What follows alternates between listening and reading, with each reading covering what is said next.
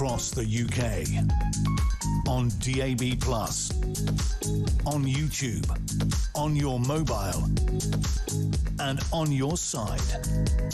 This is Talk.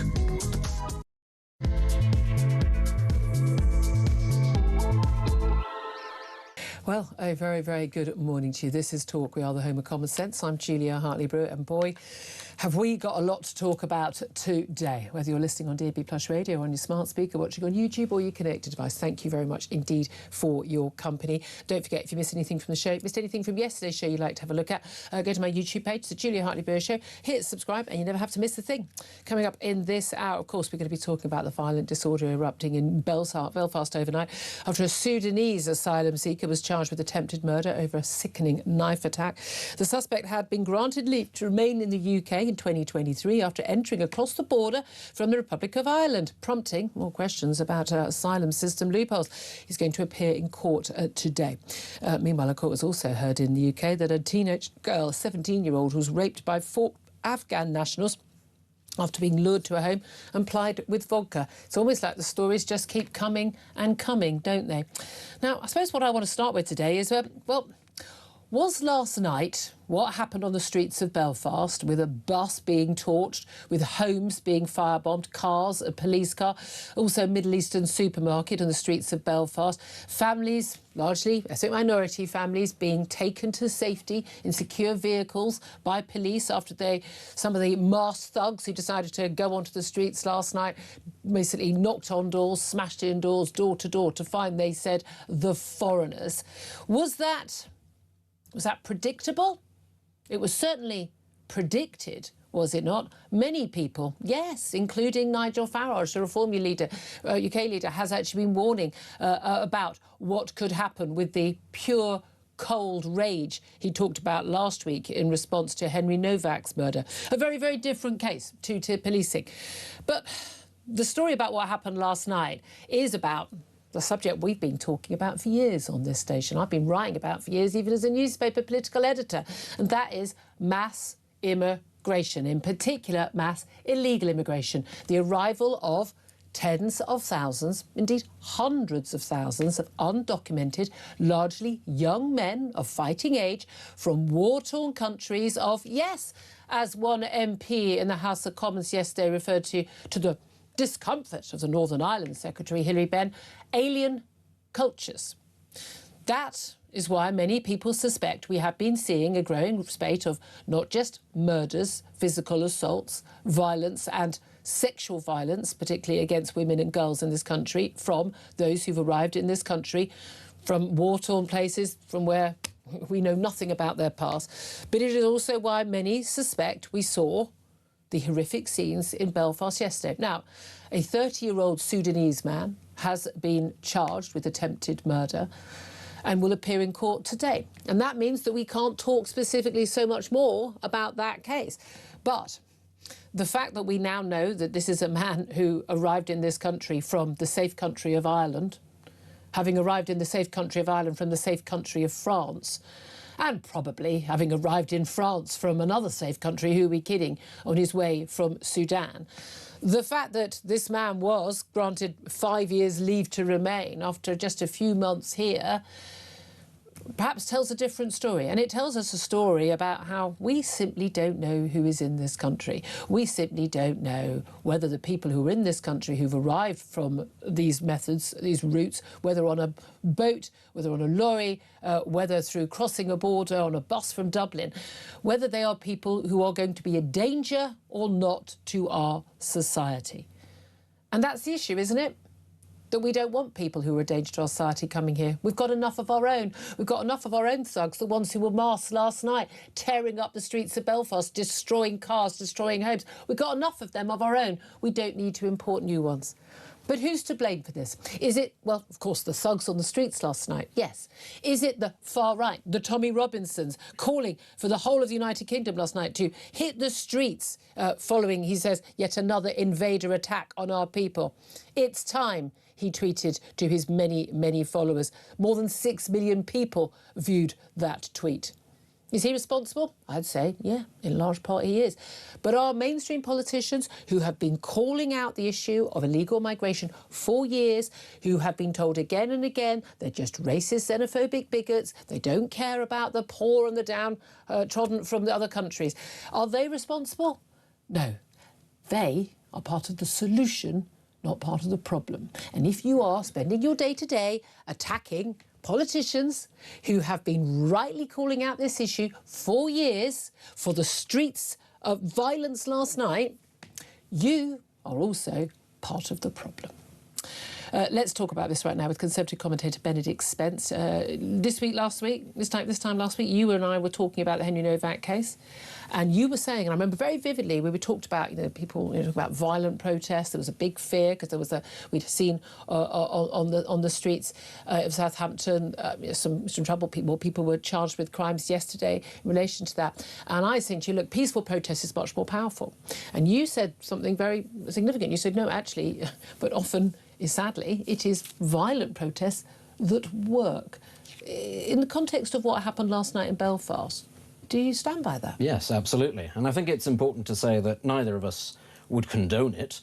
We obviously condemn it. No. I always feel like that goes without saying. Well, the problem is we have to say it because there will be people who try to twist it. There are people right now demanding that various people already condemn it, even though it has nothing to do with them, because otherwise you fail the purity test. But this, I'm afraid, is the end result. We do not, in fact, live in a democracy, but we live in a political system that at least claims to be a democracy. It wears the skin of a democracy. Yeah. Democracy only functions based on trust.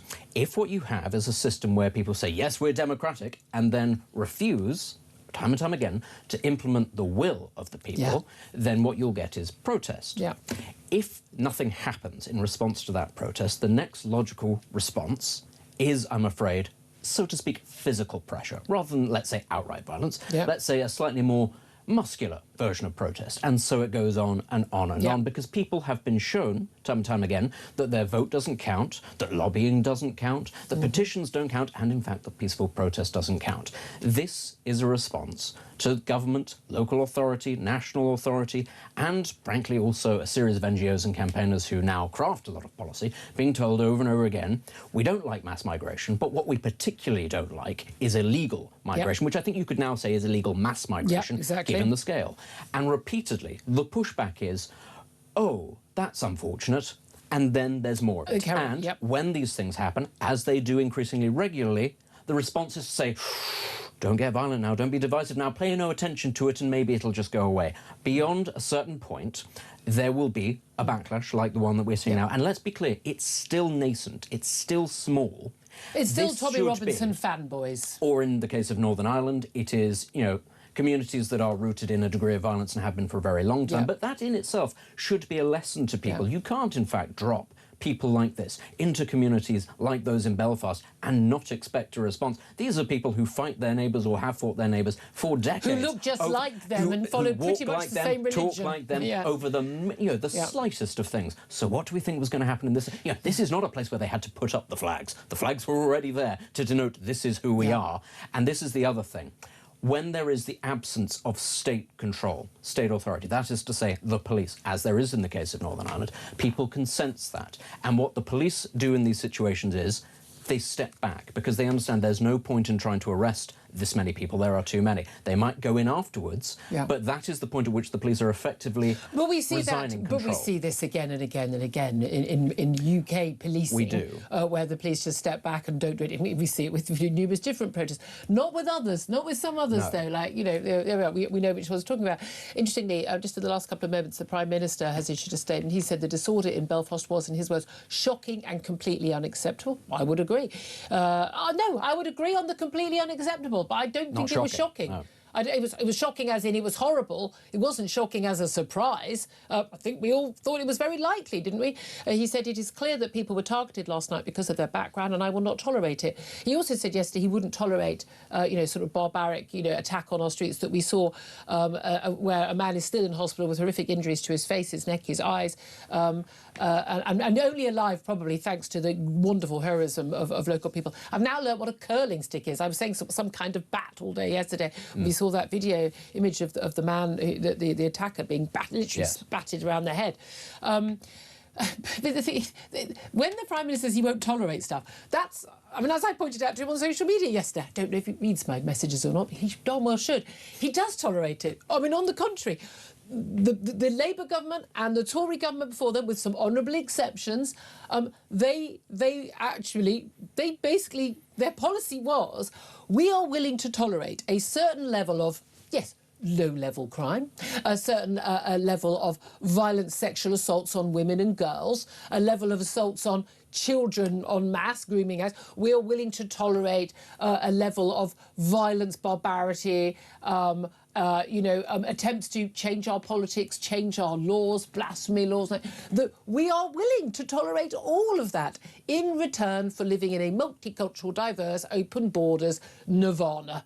They have basically said this is a price worth paying, and the people who are the problem are not those committing those crimes or defending those crimes. The people who are the problem are the people going, guys, I think we might have a problem here, because we've got a rate of criminality and a rate of non-economic contribution and social divisiveness happening as a result of people coming from certain countries where many of us would argue our cultures are not very compatible. Let's go with it that way. Is that an acceptable thing for the leftist here? Not very compatible. The fact that Hilary Benn, the Northern Ireland Secretary, was sort of, you could see him sort of taking umbrage yesterday when a Northern Ireland MP pointed out that, we were talking about someone coming from an alien culture.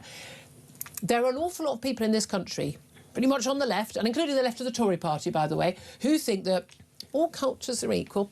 They're not. And that, anyone who comes to this country will simply just be, they'll behave like us.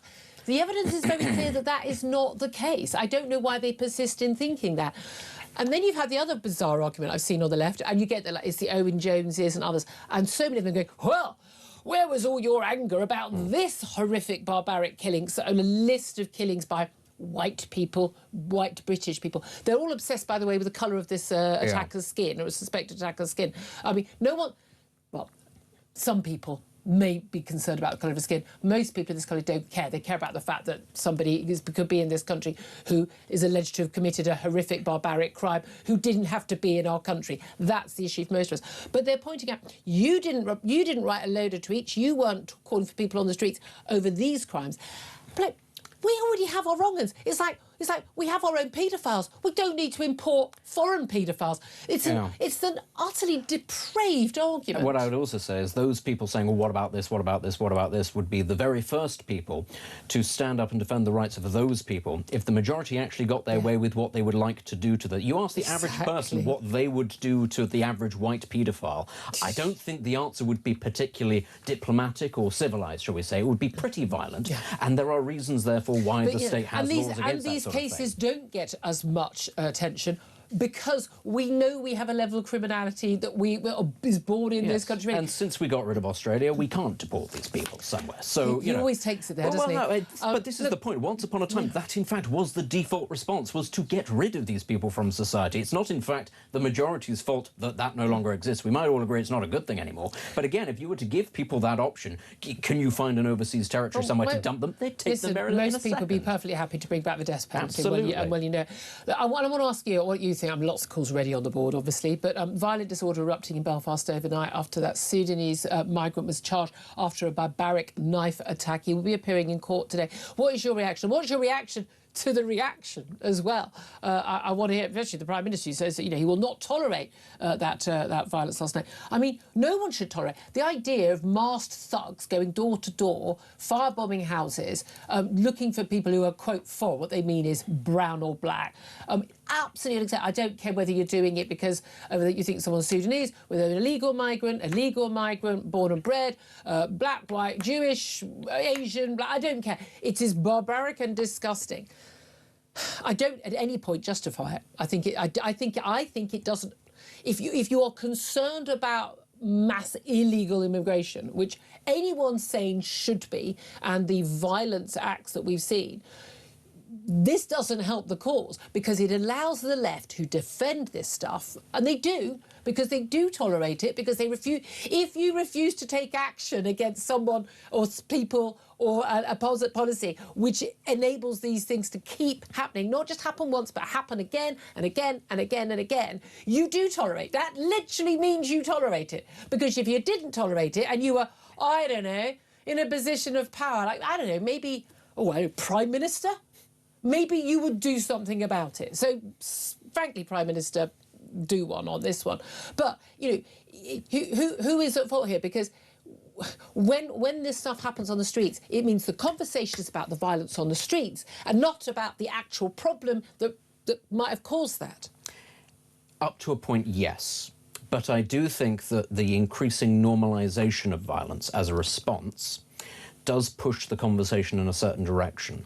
And that is that the state actually has to take it seriously, because you can't simply have that every time there is a barbaric atrocity like that. You know, this is not your average attempted whatever. This is a different level of violence that we are not used to in our society, and we do not wish to become used to in our society. When that becomes normalised and the response to that automatically is violence, up to a point, yes, they'll be able to condemn that, but you can't ignore it. Long term, you can't just sit there and go, oh, this is fine, this is absolutely fine, because it will grow. Because every time it happens, that is a demonstration, A, that the state is not doing anything to stop the individual initial acts of violence, and does not have the capacity to stop the response to that. So every time it does happen, as bad as it is that it happens, actually it does shift the conversation slowly in that direction, but it does go in that direction. I mean, my view is, again, as you put on, you know, people have voted again and again. When we weren't asked, first of all, about, you know, mass immigration, legal immigration. We certainly weren't asked ever to, you know, go, yeah, let's have mass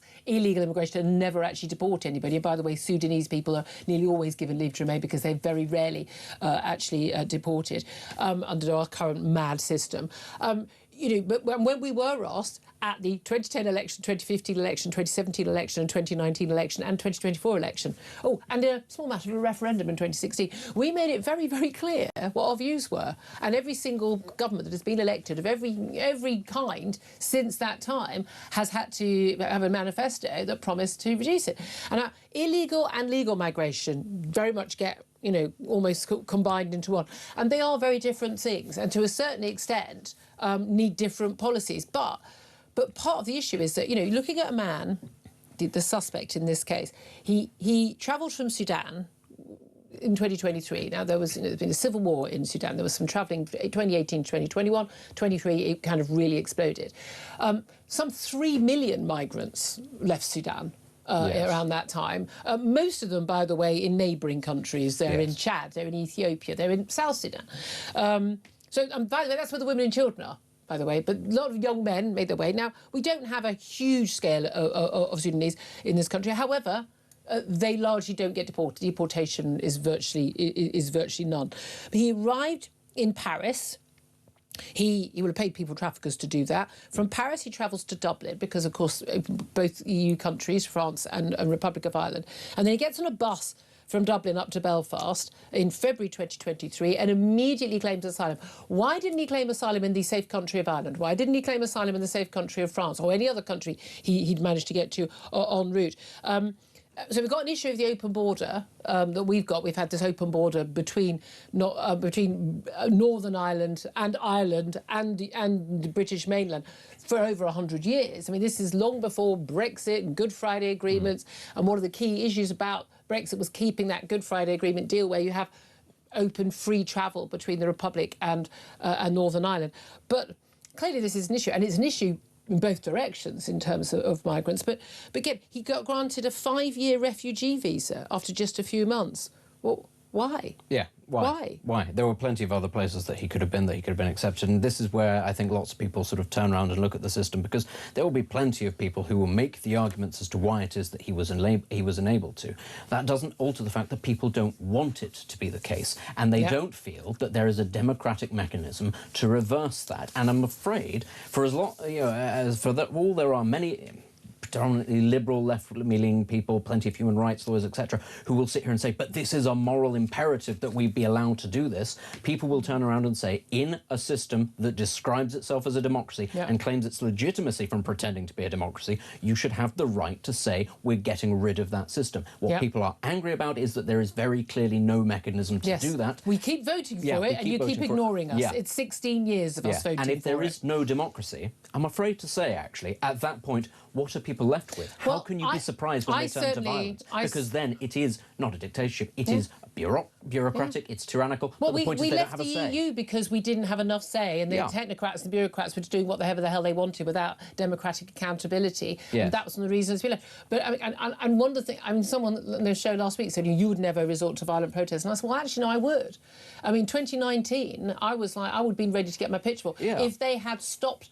If they had actually voted in Parliament to stop that Brexit referendum going through, genuinely, I think that would have been justifiable. And what I love about the British people, this is the thing, the British people were incredibly, so calm and dignified. We're like, we'll just wait, we'll get an election, and then we'll tell you. And they told the politicians what they thought of all of that. It's very clear. Pretty much any of the politicians that pushed that agenda, trying to undermine it, were ousted. Apart from, the likes of Keir Starmer, who I've always said is unfit for public office because of what he did between 2016 and 2019 as Shadow Brexit Secretary. But this is the thing, we've had so many horrific murders on our streets, so many terror attacks could have been prevented because people are in the country able to commit those attacks because we've offered them and their families, safe refuge. It is, I would say, if you look at what happens in the European mainland, what happens in France on a very regular basis, and the banlieue with basically the migrant cities set up around major cities in France. We saw what happened at the end of the Champions League. The Champions League, even when they won, well, yes. Exactly. But you are in a situation where it is extraordinary that we do not see mass riots on the streets, I think, as a result of some of those attacks and the abject failure of the authorities to do anything about it. The Abedi family is a very good example of that. These were people who were known to be extremists and we were invited into this country anyway. Obviously, the key thing here is many of these people who come to this country in the first place, they come from North Africa, they come from the Middle East, because they are being persecuted. There is often a very good... I know that we like to say that all of these regimes are terrible and they have awful human rights record. They do. But there are very often reasons why... They also persecute Islamist extremists. They don't persecute people just because they fancy it. There are usually reasons, ideological reasons, religious reasons, and whilst we may sit here and say that's barbaric, there are often reasons why certain people flee here because they know they'll get a better ride than they would in those countries. The Muslim Brotherhood being a very good example. That's something we have to bear in mind here. Those people are here and they do not wish us well. And again, we'll be told it's not all. No, of course it's not all. It's not all migrants. It's not even all illegal migrants. Asylum seekers. It's not. But it's too many of them. One is too many. One is too many, and it's been way more than one. Coming up in a few moments, we are going to be talking to Siobhan White. She is the mother of Rhiannon White, who, of course, horrifically stabbed to death back in October 2024 by a Sudanese asylum seeker herself. We're going to get her thoughts on all of this. I do want to hear from you. What is your reaction to the troubles overnight? The accusations about who's to blame for the violence? Are you surprised by it? According to the Prime Minister, it's shocking, completely unacceptable. I definitely say it's unacceptable, but he says he will not tolerate it. I think he tolerates far too much, frankly, and I think that's why we're in the mess we are in. Or is this all down to just masked thugs? I think that's a very strong argument for that. What is your reaction to all of this? Give us a call. 0344 499 1000 is the number to call. Text the word TALK in your message to 87222. Get in touch on X at Talk TV. Calls are charged at the national rate and text cost £1. Standard network rate message. Your calls up next. This is Talk.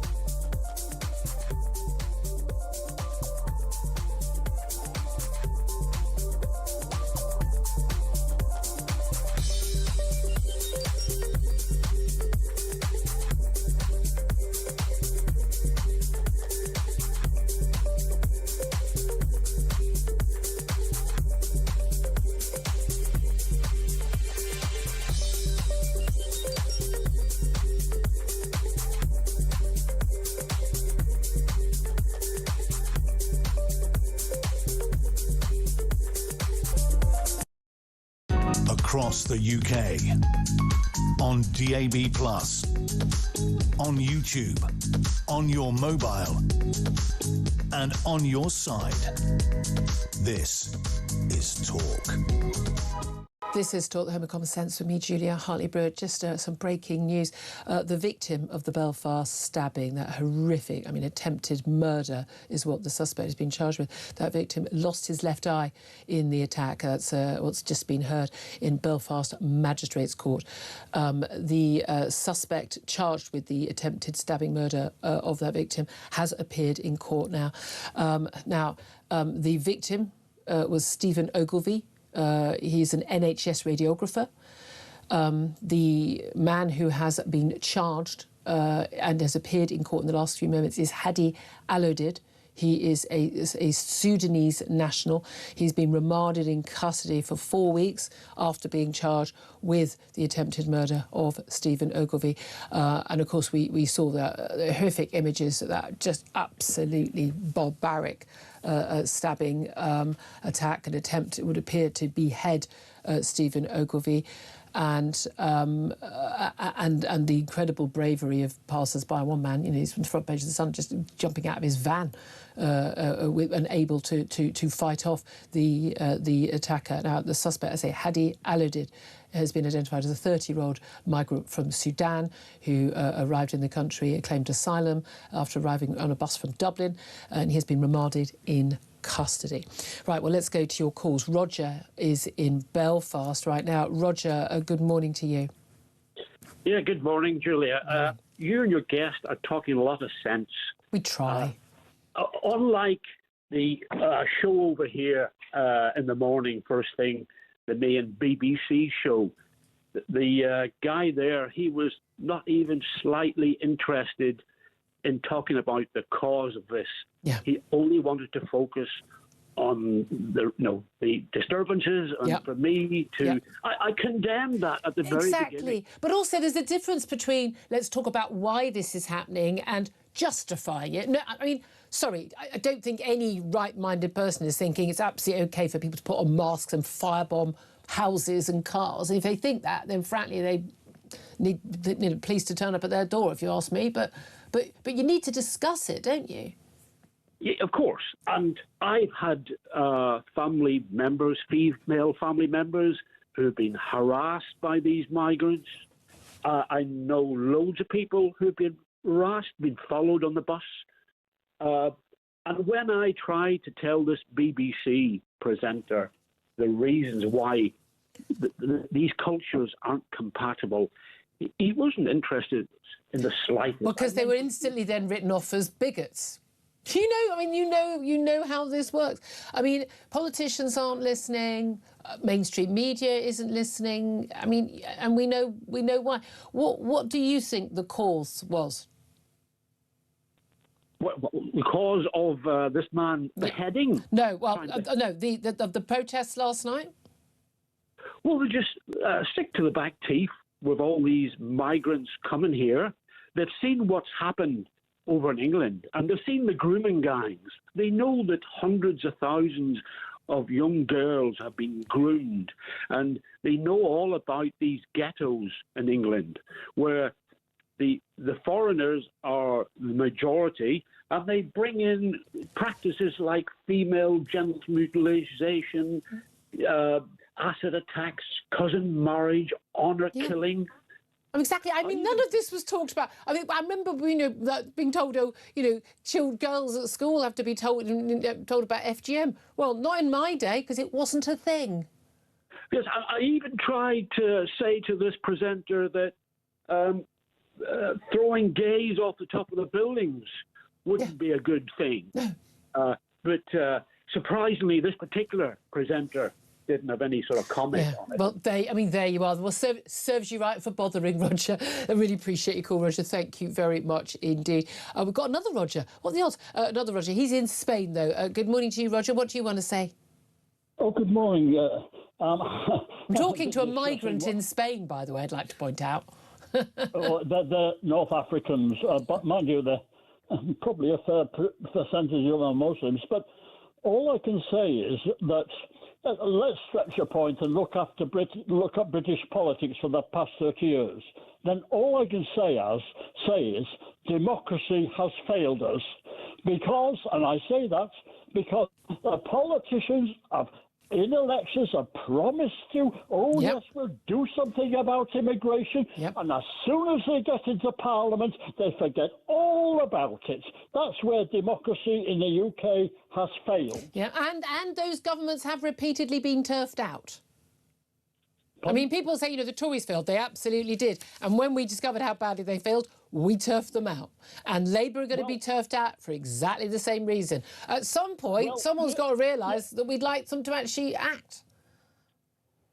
Well, in the last Tory government, they always talked far right, but they legislated far left. Well, no, can I just say this is the thing? When people talk about far right, there is nothing far right about thinking you should have borders, protected, secure borders of your country, and that people who have no right to be here should not be able to get in and should not be allowed to stay, and certainly shouldn't be put up in hotels and given money by us. This is what everyone thought until 10 minutes ago. Well, precisely. And the sooner that we get out of the ECHR and the sooner we abolish the Equality Act 2010, then we might be making a smidgen of progress here. Fingers crossed. Roger, I appreciate your call. Thank you very much. Just to reiterate that breaking news, the alleged murderer, attempted murderer of that horrific barbaric stabbing attack in Belfast has appeared in court this morning. Hadi Alodid, a 30-year-old Sudanese man who'd been granted 5 years leave to stay in this country in 2023, having claimed asylum. He has been remanded in custody at Belfast Magistrates Court for 4 weeks. He was charged with the attempted stabbing murder of Stephen Ogilvie. He's the victim and threats to kill the NHS radiographer, and also possession of a knife. The victim of that stabbing, Stephen Ogilvie, lost his left eye in that attack, the court heard. Hadi Alodid has been charged with attempted stabbing murder of Stephen Ogilvie, threats to kill an NHS radiographer on the same day, and possession of a knife. Let's go to a quick break. Do keep your calls coming in. Your response to all of that, 0344 499 1000 is the number to get in touch. Up next, we're going to talk to someone who understands the full horror of the impact of violent legal migrant crime in our country, and that is Siobhan White, and she is the mother of Rhiannon White, and you remember was murdered by a Sudanese asylum seeker back in October 2024. She is still desperate to get the Prime Minister and other politicians to listen to her pleas for more action. We'll be talking to her up next. This is Talk.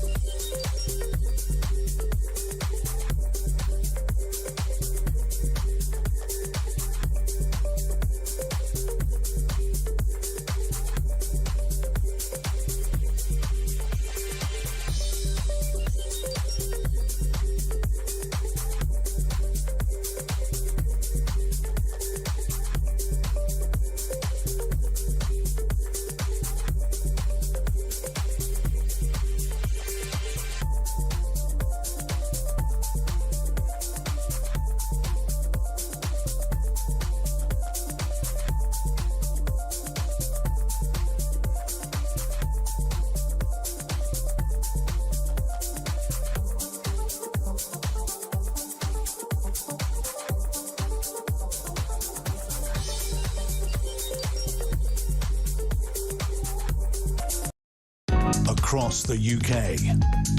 On DAB+, on YouTube, on your mobile, and on your side.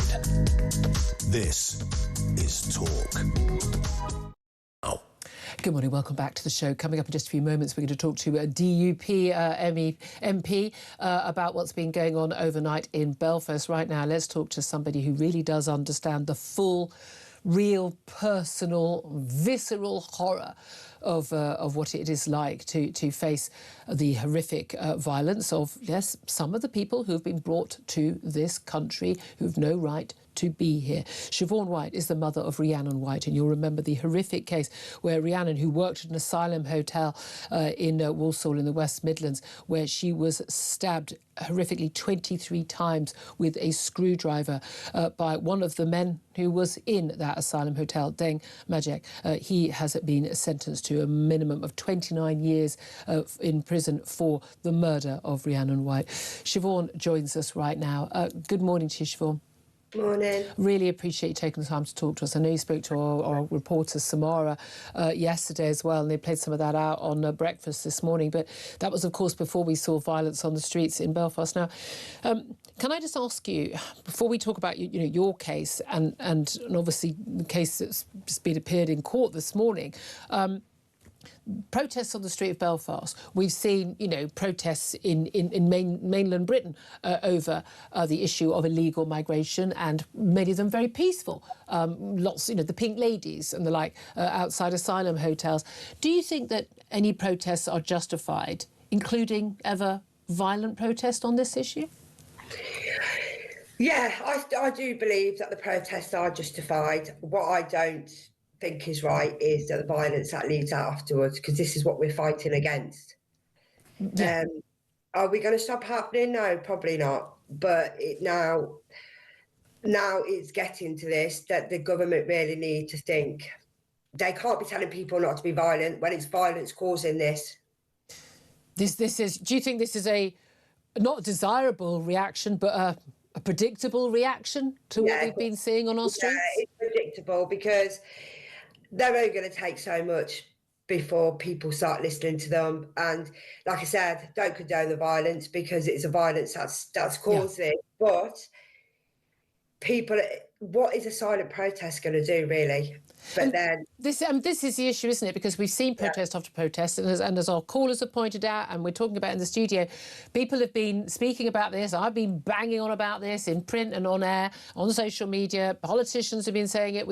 Voters have said it again and again, and insisted on only electing parties that say they'll do something, but nothing's ever done. No, it's predictable that violence is the only way. I mean, Dublin, they've gone into a mass thing. It's even in France, it's not been a protest, but you've had asylum seekers being beaten up there because of what they're doing.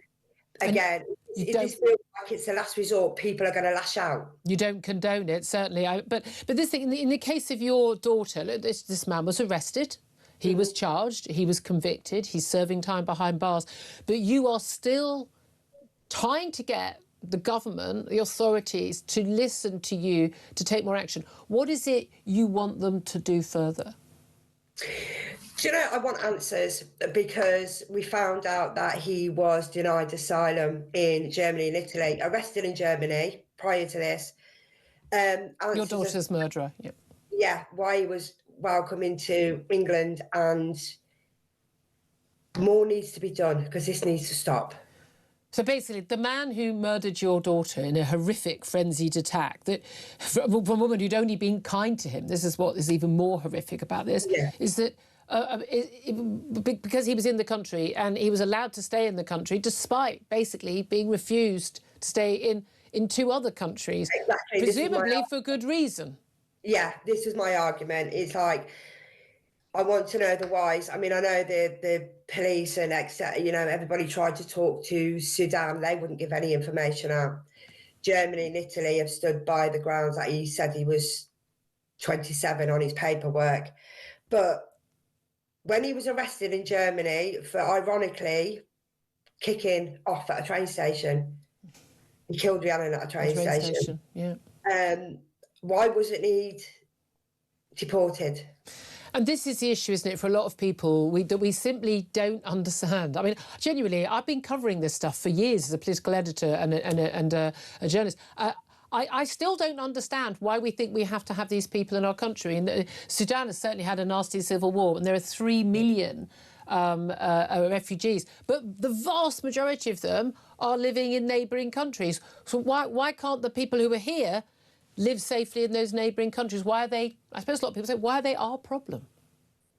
They're not our problem, that's the point. But I think with the likes of Starmer and other government members, while they're welcoming him, giving them hotels, HMOs, money, etc., they're laughing at us because they will say, it's been known for migrants to say, illegals to say, oh yeah, we'll come over, they give us money, they this and they that, they get, you know, off at France or Belgium, and you know, the NGOs are helping them with trainers and brand new phones and designer gear. Of course, they're going to take it, aren't they? Yeah, I mean, why wouldn't you? If we went to their country, we wouldn't be allowed in. No. And if we committed these crimes, Sudan, Afghan, etc., we would be killed on the streets. Yeah, I mean that's the thing, isn't it? In terms of your message to the Prime Minister today, and many of the politicians, because a lot of them, they're concerned. Okay, they expressed horror at the horrific attempted murder of this man we now know to be Stephen Ogilvie in Belfast on the streets. You will have seen that horrific video. I'm sure we're not allowed to show it on air for obvious reasons, but many people will have seen it. And again, I don't think you know what you're talking about unless you've seen it. Although I can understand people not wanting to, but. A man is appearing in court. He's been charged with a crime. We don't want to prejudice any trial, obviously, at all. He is a suspect, alleged attempted murderer at this current time. But in terms of the reaction we've had from the politicians, and then the reaction we've had today and overnight to these protests in Belfast, which you and I both are very, very quick to condemn, doesn't solve anything. It's violence as a result of violence. That can never help anything. But are you concerned that politicians often seem to be rather more worried about the reaction to these awful crimes than they are in preventing these awful crimes? Yeah, they are, because they'll go in and they say, oh, don't do this and don't do that, and you can't blame this, you can't blame that. Well, I'm sorry, you can blame these migrants, these illegal migrants that are coming into this country and committing these crimes, because like I've said many times, we have enough of our own people doing this. And while they're coming in and doing this, and I mean the crime rate, the police, the government, they cannot deny this crime rate has shot up 100, 150% since these migrants have been coming into this country. OK, really good to speak to you. I really appreciate that. And good luck with your campaign to try and get some answers from the politicians about the man who killed your daughter and what the hell he was doing here. Siobhan White, the mother of Rhiannon White. We're going to take a quick break. Up next, we're going to talk to the DUP MP Gregory Campbell from Northern Ireland about, well, you know, what happened overnight and, well, you know, who's to blame? This is Talk.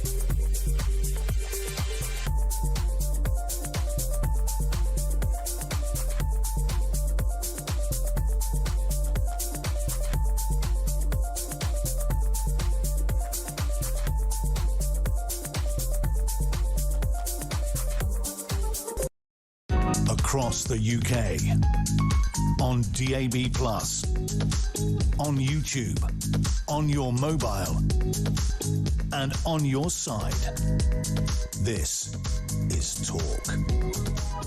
This is Talk at the Home of Common Sense for me, Julia Hartley-Brewer. Just to get you up to date, in the last half hour or so, a man has appeared at the Belfast Magistrates Court. He has been remanded in custody after being charged with the attempted stabbing murder on the streets of Belfast 2 nights ago. The victim has been named officially as Stephen Ogilvie. He was an NHS radiographer. Well, he has sadly, he's incredible, very serious critical injuries. Still in hospital, but he has lost his left eye. The court heard this morning. The man who has been charged is a 30-year-old Sudanese man named for the first time as Hadi Alodid, remanded in custody, charged with the attempted stabbing murder, threats to kill and possession of a knife. Let's talk about all this right now with Gregory Campbell, MP, who's MP for the DUP in East Londonderry. Good morning to you, Gregory. Good morning. Thank you for joining us. Just want to hear your response, first of all, to what we saw on the streets of Belfast overnight. Some horrific violence, firebombing of, a bus, cars, a police car, Middle East supermarket, most worryingly homes, and people, masked thugs, going door to door in some streets, demanding to find the foreigners, in their words, and people who were of ethnic minorities were being led to safety from their homes last night by the police. What was your reaction to that? Well, horrific scenes, Julia, and I think everyone will look at those scenes and say, look, they shouldn't be happening. There is anger, annoyance, frustration that the government haven't got to grips with the whole issue of illegal immigration. And while this person wasn't here illegally, it comes in the context of whether it's Southampton, whether it's Southport. There's been a series of issues now, and a number of us have been raising these types of issues, and the government seem to be almost burying their head in the sand, hoping that the latest incident will be the last one, but unfortunately it won't be. We need to get scenes like this stopped, but the government need to address the fundamental problem, which are tens of thousands of people coming to this country, and there's going to be frustration, annoyance and anger, which sometimes spills over like we saw last night in Belfast. I mean, there's no doubt at all that there were people who were trying to stir up protests. Tommy Robinson yesterday, I mean, it's a post on social media, it had more than 6 million views. The whole of the United Kingdom is hitting the streets tonight at 7 p.m. following yet another invader attack on our people. He wrote, "It's time," then a Union flag. That was actually reposted by Elon Musk, who's got many, many millions of followers. He says, only by protesting in capitals repeatedly and loudly will there be any change. Now, neither of those men are explicitly calling for there to be any violence on the streets, and any individual who does what these young men, they were men, did last night are responsible for their own actions. But do politicians, do commentators, do people like Elon Musk, Tommy Robinson, do they bear any responsibility for what happened last night? Well, I think I'm certainly trying to be balanced here. I think that they probably don't intend to, but they can. They can lead to people seeing that and saying, well, let's get out on the streets, let's take matters into our own hands. And really, the end result here, Julia, is that at number 10 Downing Street, Sir Keir Starmer has the power to deal with this. I've said several times now in Parliament, if you look at the statistics, the population of the United Kingdom has grown by 10 million in the past 20 years. We used to have 60 million of a population 20 years ago. We now have 70 million. If you have a broadly stagnant economy in that period, which we have, how do you pay for more social housing? How do you pay for the NHS? How do you keep our roads repaired if there are millions more people on the ground and not enough jobs? And of course, most of those would be legal, given visas, allowed to come here, the dependents of those working. But as we were told for many years, these people were economic benefit to us. And again, we know that those stats are now completely exploded as utterly untrue, as many of us were pointing out for a very long time. Part of the issue, part of the debate that's been going on about this particular suspect who's just been charged and remanded in custody over attempted murder is his arrival in Belfast in Northern Ireland, how he got there. It appears he left Sudan, as some 3 million people have done in recent years, most of them living in neighbouring countries, some travelling to Europe. He travelled to France, got to France, travelled from Paris to Dublin in the Republic of Ireland, of course, completely open travel within the EU, and then travelled again across the open border with Northern Ireland on a bus up to Belfast, where he immediately claimed asylum. Why do you think that this man chose not to claim asylum anywhere else in France, where he has open borders? Could have easily got to, you know, Belgium, Italy, anywhere he wanted. And why not in France? Why did he not claim asylum in another safe country, Republic of Ireland? Why did he wait until he got to the UK to claim asylum, do you believe?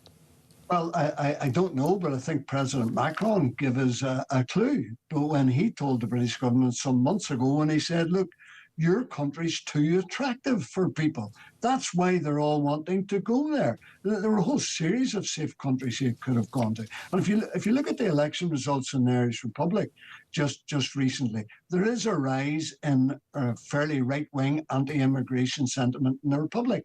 And I was thinking this morning, those scenes that we saw in Belfast, if this person had stayed in Dublin when he arrived and not come to Northern Ireland, and what we saw in Belfast on Sunday night had happened in Dublin on Sunday night, you could be seeing the same scenes down there. Because if you have open borders and don't check who's coming in, you don't allow the certain numbers to come. Yes, we do need certain people for skills. Yes, we do need that. But if you have millions of people arriving over a fairly tight time scale, that changes the fundamental nature of the nation state, and it creates problems. And really, Keir Starmer, or whoever takes over from him, is going to have to wrestle with that, deal with it, and solve it. And there are lots of different things going on here. There's people's horror and distress and anger, I think, and again, cold anger, as Nigel Farage described, our anger over the Henry Novak murder and his treatment by the police, but about the barbaric crime that we saw played out on video. Most of us will have seen that. We're discussing it now. And then there's also the anger and the people have about the fact that this man, the alleged suspect, you know, is in the country. Why is he in the country? Why was he given leave to remain? And then that's related to generally the problem with illegal migration and our asylum system, inability to deport. And then wider than that, mass legal immigration. There are lots of different aspects to this, aren't there? Which do you think is the most important? Well, I would have said legal immigration some time ago, but, you know, we're going to have to look at visa requirements. You know, if people come here legally and they've come through a whole series of safe countries to get here, we have to say, why is that? Why are so many people wanting to reach the United Kingdom? And even if they are turned on the beaches of France or wherever, they say to reporters, I'm going to keep trying. Yeah. But the question is why? And unless we address that question and say, look, I'm sorry, this is going to stop. We're going to desist and ensure that people who arrive here illegally or shouldn't be here on short-term visas or whatever the reason is, that they are returned. That unless that happens and people see this is not going to be a soft-touch country anymore, unless we do that, this will continue to occur. What do you make of some of the leaders in Northern Ireland's government? It's almost like dismissing the issue of this man having arrived in the country as an asylum seeker and saying almost immediately in interviews over the last 24 hours that, well, but this man, you know, he'd been given leave to stay. He had a 5-year refugee visa, so it's a moot point. He was in the country legally. Is that a concern for you, that there is an argument almost that, well, you know, once someone is given leave to be here, then what are we arguing about? Is it still legitimate for people to say, why the hell was this guy given a reason, a visa to stay in this country legally? I think it's perfectly legitimate to say if this person was here legally, we have to say, why was he here legally? Yeah. And how many others are here legally? Now, let's just be clear so that we don't get caught into a sort of a maelstrom of accusing loads of people who come here legally as ending up trying to behead someone. That doesn't happen. Yeah. But if there are small numbers who do, then we have to take action, and we have to make sure that potential lawbreakers that arrive here who could go to other countries don't come here in the future. That's a fundamental question. Do you believe that at number 10? Exactly. Do you believe that the man who is currently in number 10, Keir Starmer, who knows for how long, or anyone who's taking over from him in the coming months, do you believe that he understands the problem and understands the level of anger at this issue and that he'll deal with it? No, I don't. I've seen no evidence to suggest that he does get it, that he sees the problem, the nature of it, and what to do about it. But, hopefully, let's not rule it out completely, but hopefully whoever's in number 10 in the next few weeks and months will realise we've got to get to grips and sort this problem, or else this will be repeated over and over again. Hope springs eternal, does it not? Gregory Campbell, the DUP MEP. I keep saying MEP, I don't know why. DUP MP for East Londonderry, thank you. I really appreciate you joining us. Benedict Spence listening to all of that in the studio. I mean, very thoughtful comments from Gregory Campbell, but I think, again, expressing just that sort of almost bemusement that many of us feel. About how the hell is this stuff allowed to happen? Well, I mean, this is the thing, is that, again, throughout this, we have to sort of, and he did the same thing, where you sort of have to qualify it by going, and of course the majority of people do not behave like, which is fine. We all understand that it's not the majority, but the point here is, what is the critical number of deeply what's the horrific acceptable number? violence? Exactly. What is the trade-off for that we're getting? Because at some point, we're going to have to say, and people are saying this now, should there in fact be less people coming into the country, being allowed to stay in the country, simply as an odds game? Because clearly the odds do not favour the innocent members of the public. I quite like Trump's view. I didn't like it when he did a ban on Muslim countries. No, unacceptable. I'm sorry. But when they're literally going, do you know what we want? Don't want anyone from these countries, because frankly the odds are really bad. Yes. You're unlikely to be an economic benefit, and you are likely to be a problem. I think Sudan, of which is one of them. Sudan is absolutely one of them. I think that is a perfect. We play the odds in our daily lives all the time about the odds of someone from a particular class or group of people, whether it's, shall I let this man look after my young baby? No, most of us prefer a woman to look after our young baby in a nursery. Why do we do that? Because we're playing the odds. I'd love to hear your thoughts. Do give us a call, 0344 499 1000. That is the number to get in touch. This is Talk.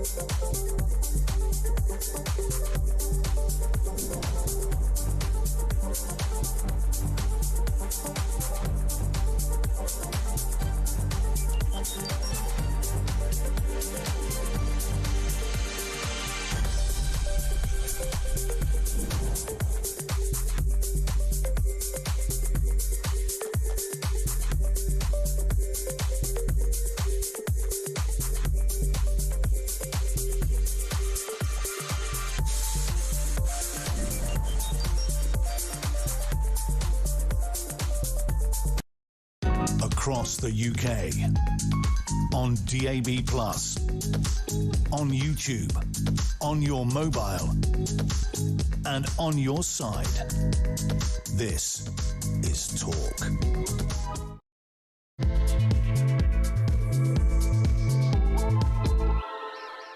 Very good morning. This is Talk, the Home of Common Sense for me, Julia Hartley-Brewer. It's fast approaching 3 minutes past 11 o'clock. And whether you're listening on DAB Plus Radio or on your smart speaker, watching on YouTube or your connected device, thank you very much indeed for joining us.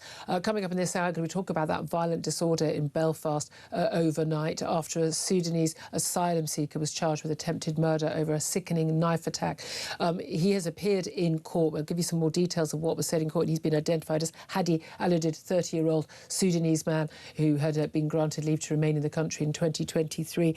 We're going to be talking about that and a few other stories as well we'd like to get to, but I think we can all agree that this is absolutely the dominant story. Also, just the Prime Minister Keir Starmer has issued a statement today saying the disorder in Belfast was shocking and completely unacceptable. He said, "It is clear that people were targeted last night because of their background, and I will not tolerate it." I absolutely agree with him. We should. It's unacceptable, and we should not tolerate it. However, I do worry he does tolerate an awful lot of the things that happen, which mean that thugs, and yeah, if you're going out doing what people in Belfast did last night, did in your masked and you're firebombing and you're attacking the police and you're going door to door demanding to get migrants out, yeah, you know what? Yeah, you absolutely should not be tolerated. But, and the only reason I say but at that point is that there are not justifications for that, but there are reasons for that. And maybe the Prime Minister should stop tolerating the things that are causing those thugs to go on the streets. Although I would never, ever, ever say it is justified or acceptable for them to do that. But it may well be a predicted, and some would say predictable, outcome of the policies that are pursued by this government. Before we get to all the talk about the violence there, let me just introduce you to Conservative commentator Benedict Spence, who's joining us today. Good morning to you. Good morning. Got more details about what has happened in court today. Hadi Alodid, he is the Sudanese suspect who has been charged with attempted murder, that horrific case where it appeared to be an attempted beheading in the street. Hadi Alodid appeared in court, Belfast Magistrates Court, this morning in the last hour. He is 30 years old. He's a Sudanese man. He was charged with the attempted murder, threats to kill and possession of a knife in relation to that attack. Now, the victim has been formally named as Stephen Ogilvie. He's an NHS radiographer. We also heard that the victim is still in hospital with severe injuries to his head, his face and his back. He has lost his left eye, very sadly. It's extraordinary. I think we can all agree that he's even still alive, given the video attack that we saw, video of that attack pulled off by very brave people running to help him, and we should all pay tribute to them. Now, there was, for some bizarre reason, discussion in Belfast Magistrates Court today about a possibility of bail. Hadi Alodid, who you'll be pleased to know, has been refused bail. A detective told the court there was a fear that the case would lead to significant public disorder if he was released, due, she said, to the strong public feeling about the incident. The police, they said, strongly opposed bail on the grounds that not only is Alodid charged with an extremely serious offence, it has garnered serious media attention, and that if any further offences were committed while on bail, they would be serious and unpredictable in nature. The applicant also not being a local man, being from Sudan with links outside of the jurisdiction, there were also fears on that count. And they also, the court was also told by the detective that he may fear for his own safety, also fear a possible long custodial sentence if convicted, and therefore be likely to flee. Now, the defendant did not give any response in court. The district judge at Belfast Magistrates Court, this is Stephen Keown, he said the risks were, quote, far too great and would be unmanageable by any bail conditions. So bail was refused due to the risk of reoffending, risk of harm to the public and risk of public disorder and risk of flight. Hadi Alodid is due to appear in court again in 4 weeks' time. Now, the detective also, this is an interesting bit of information from when the arrest occurred on Monday night. The police were called at around 10:30 p.m.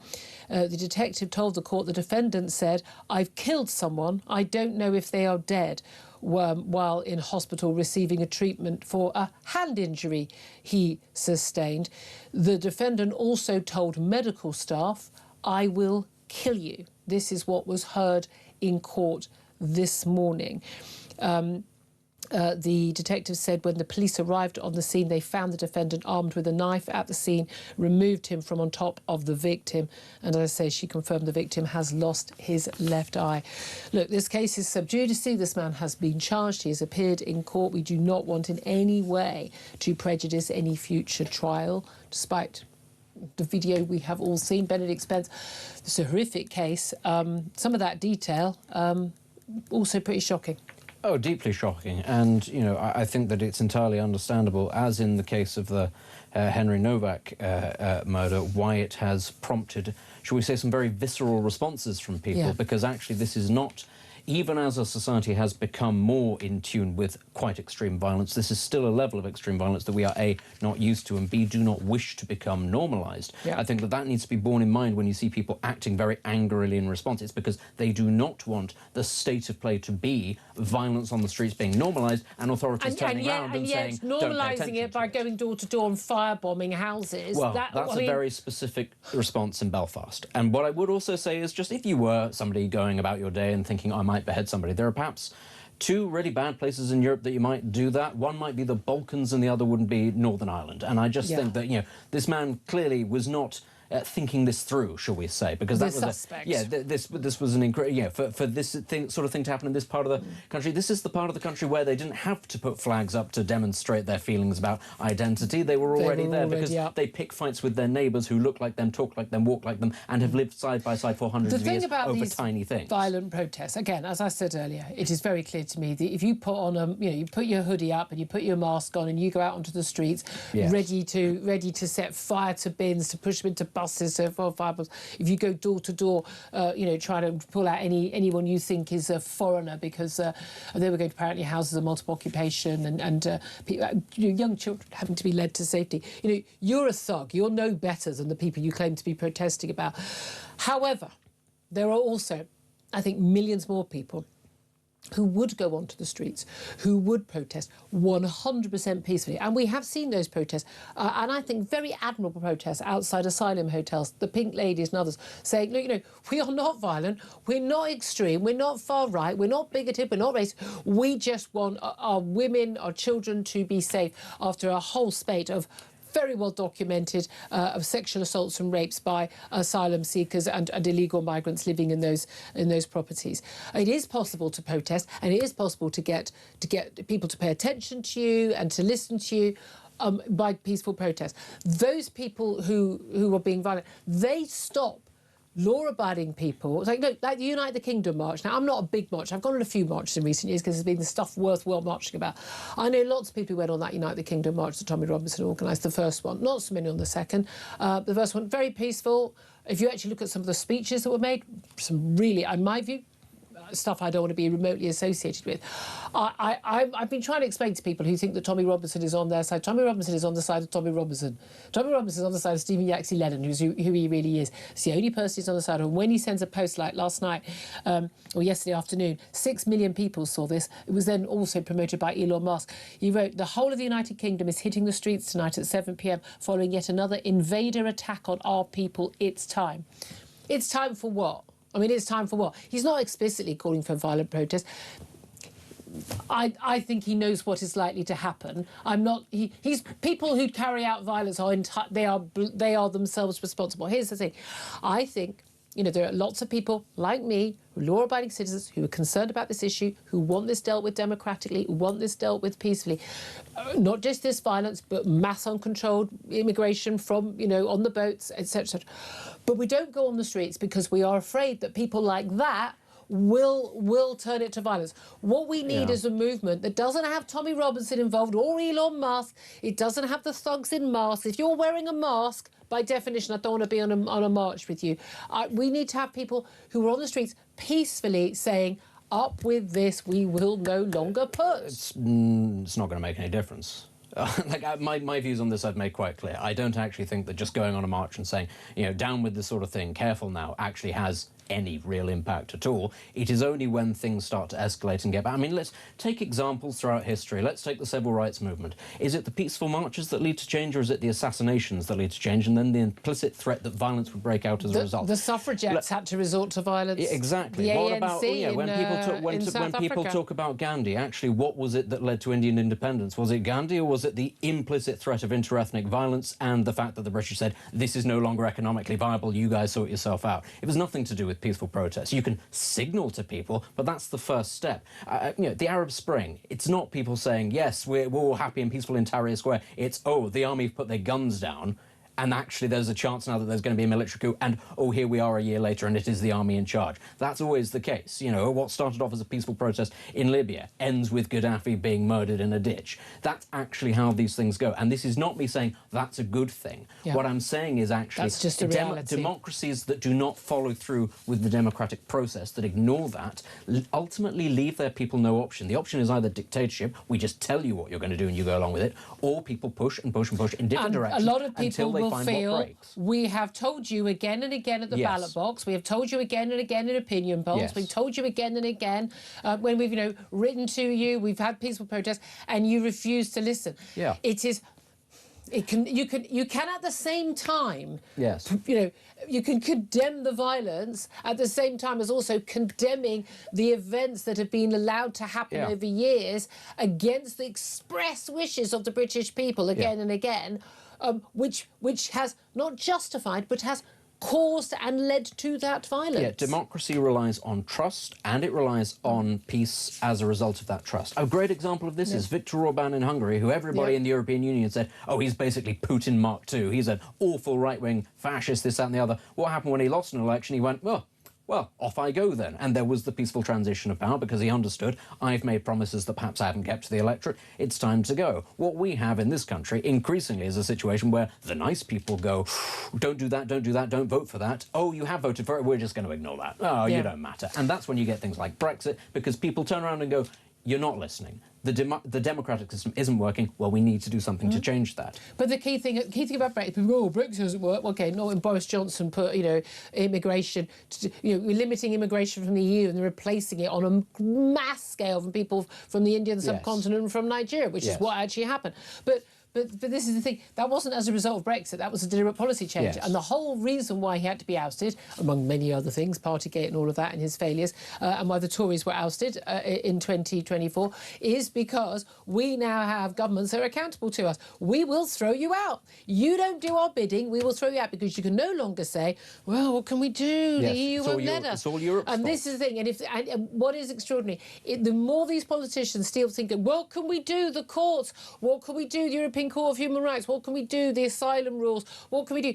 Well, you know what you can do? What, being a democratically elected sovereign government, you can change the rules. You can opt us out of courts which stop us from actually protecting our own borders and keeping law and order in our country and protecting ourselves from people who try to behead people in the street or raping 14-year-old girls. I mean, you can do it. That's the whole point. That's why we voted for Brexit, so that you lot are accountable to us. And if you ain't going to do what we've told you again and again and again to do, you'll be out. Which bit of this do they not understand? Well, I suppose the acid test here is going to be... Listen, I'm not a reform supporter or anything like that, but we've had successive governments, coalition, Lib Dem, Labour, Conservative, fail to do what they were told to do. We now have a fresh party that's come out of nowhere that there's a decent chance it might get into government. That will be the acid test. If it gets into government, does it do what it was elected to do? Or is it able does to it do not? it? And I tell you what, if let's hypothetically it gets into power soon and it fails to do that, the fury that people will demonstrate, that is deeply concerning, and that's why it's a very crucial moment, if it ever happens. That's a very big worry for me. Now, it's interesting. Nigel Farage, I think completely unfair, although, again, I think he walked into it, but I think he did it deliberately over the Henry Novak case. He didn't personally condemn protests. Again, there but not his responsibility to condemn him. He didn't call for them. He didn't, you know. So I think, and again, the left is very big on just, I mean, frankly, they stub their toe or, you know, or drop the soap in the shower and they blame Nigel Farage for it. So it is absurd. But Richard Tice has been giving a press conference. He's the deputy leader. He was obviously on the show already this week. He condemned the violence in Belfast. He's, of course, their business and trade key spokesman. He said, asked if he condemned it. He said, of course, we always condemn any violence, violent protest or whatever. It's completely unacceptable. Protesting lawfully, peacefully, respectfully is very different from taking part in violence and criminal activities. He's urged calms and said, let the police do their job. Now, what is interesting, as Reform have come into this, all over social media, people are pointing out, oh, well, if you think Reform's the answer, it's a small point that this man, this suspect, Hadi Alodid, he arrived in Belfast from having taken a bus from Dublin over the Northern Ireland-Irish border back in February 2023. We understand a few hundred arrive every year on that route, maybe more than that. We don't know. Part of the problem, I would suggest. This man having travelled from France, having travelled originally from Sudan, how did he get to France? Which other countries could he have chosen? Why did he choose to come to the Republic of Ireland and immediately make his way to Northern Ireland? That is one of the big issues. He was then granted a 5-year refugee visa back in September, just a few months later in 2023. So you'll never guess who, a lot of people are pointing out, who was at the Home Office in September 2023. Two rather key figures in Reform. Suella Braverman was Home Secretary. She was sacked 2 months later, interestingly. Robert Jenrick was Immigration Minister, also actually Tory Chris Philp, who's Shadow Home Secretary. He was also at the Home Office then in a more junior role. Now, you know, the defence and Reform, I think Suella's already put out defence, Suella Braverman saying, you know, look, I was speaking out about this, saying we need to leave the ECHR. I was saying it publicly, I was saying it privately, and I got sacked. That, I think, is a reasonable defence. Robert Jenrick has claimed, you know, that he resigned later on over the fact that the Rwanda bill and that he wasn't going to achieve anything. I mean, there is an issue that has been a big issue in Reform. That, you know, you're taking a load of people who are actually, a lot of people's minds, because they're Tories, they're tainted with the worst years of this mass illegal immigration. Yeah. It could be argued by them, we were the people trying to stop it, but we weren't able to. Yes. That's their argument, not mine. It's a justified point to make, and I think that it's right, therefore, that they are asked repeatedly to make sure that we're clear actually where it is that we stand on this, where they stand on this, and why they made those decisions. Now, I understand when people turn around and say, listen, I was a part of the machine, I was trying to push back against it, and I had to resign. To be fair, both of these people have made this decision based on you know, that fact and other facts. They've jumped ship because they felt that things weren't going for them. You could, I think, also make the argument maybe for personal advancement, but that's sort of, you know, that's all bound up in politics. But, you know, equally it is as important to take Kemi Badenoch to task on this, because one thing I would say is that the OGs in Reform, I think, have got actually pretty consistent lines on this. Nobody could sit here and say, oh, Nigel Farage is famously easy on migrants or anything like that. Zia Youssef, I think, has been pretty good at the messaging. Frankly, I think he's come into his own. But I am curious to see, actually, what the Conservatives themselves now say about this, because if they are to stand any chance of a comeback, and I don't think that they're dead, lots of people seem to think they are, but give it enough time and anything can come back in this country, then that is going to be a crucial part of it. The break with those years under which they basically went along with everything New Labour had handed to them, and what is coming now. You may as well have had Tony Blair in government. You might as well, because I tell you what, if people are worried about Reform and the ex-Tories and that they might not be honest, you'll need the Conservatives to keep them honest. So that's an important thing to ask. Absolutely. But, I mean, it is extraordinary. There's so much to debate today is about, you know, oh, who's to blame for these people on the streets? And you know, the idea that people expressing outrage about an outrageous attempted murder, which we've seen played out on the streets ourselves on video, people expressing outrage about that, demanding action, condemning the policies and the people pushing the policies which have enabled that act of violence to take place, that they somehow are the people who are the problem. Yeah. That is why I think the point where people, you know, I mean, and that was interesting. And again, how many people were busy yesterday on social media and in politics, including in the House of Commons, Hilary Benn, when he made a statement just before we went off air, before I left before 1 o'clock yesterday. He's the Northern Ireland Secretary, policing the language, policing our feelings, just like they did after the Henry Novak body cam footage emerged, telling us what we are and are not allowed to feel, to think and to say, and to act on. Now, here's the thing. There are laws about what you can say and what you can do, but there aren't laws about what we feel. And I think that anyone who is not feeling appropriate levels of rage and horror at these crimes, and again, this attempted murder, this attempted beheading, this is not a one-off, people. Everyone knows that. If you're not feeling that, what is wrong with your moral compass? And why are you not examining why it is that the policies that you support because you think you're a good, nice left-wing person who cares about, kumbayaing anyone who wants to come across to the UK who claims to have a hard luck story, why your policies are leading to, we spoke to her earlier, the likes of, Rhiannon White being stabbed to death in a frenzied attack by a Sudanese migrant. We spoke to her mother, Siobhan, earlier. Why we've got so many rapes and sexual assaults. Otherwise, why are these things still happening if your policies are so nice and good and right?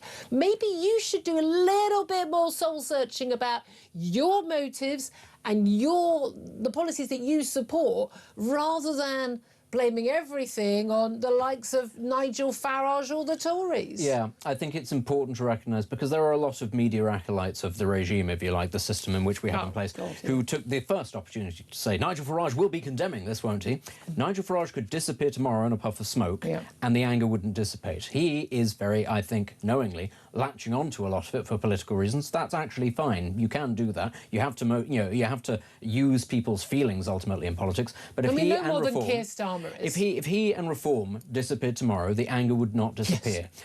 And this is the point, actually. These are normal human reactions. They should be really scared and about they should be, because if Nigel Farage disappeared, they should be very scared about who would replace him. The very existence of an insurgency to Reform's right and Restore, the fact that it has just emerged, and it is polling not inconsequential numbers in terms of taking points off Reform and the Tories, the very fact that that has emerged at all, like we've seen in Italy with Fratelli d'Italia and Meloni, and like we saw in Germany as well, the far right actually comes across on the right-hand side of an insurgent party. If you get rid of that insurgent party, there's nothing to stop that. And if people feel justified in their anger, which I think actually a lot of them are perfectly justified, and you don't offer them solutions, you just offer them shame and silence, sooner or later the nightmare comes to you, and you can't avoid it. And the far right that you've been talking about, crossing Europe, it arrives after a while. It will actually exist. And again, we need to stop talking about the idea that having secure borders and not allowing any Tom, Dick or Harry who wants to come to our country, we don't know who they are, who could perfectly easily be in a neighbouring country from whichever country they've left and could have claimed asylum in any other safe country en route, that those people have a right to be here. And if they don't have a right to be here, why they are still here. It is not far right for those people to be tagged, locked up, removed from the country or prevented from getting here. None of those things are remotely right-wing. It's what any sane, normal country would do. And by the way, it's what every sane, normal country did do until very, very recently, before we became a suicidal Western civilization where we invited in the people who will destroy the very tolerance and liberal views that and systems that have actually got us to be a place where, what a surprise, people want to come here rather than travel to, I don't know, Pakistan, Afghanistan, Sudan, Somalia, or wherever.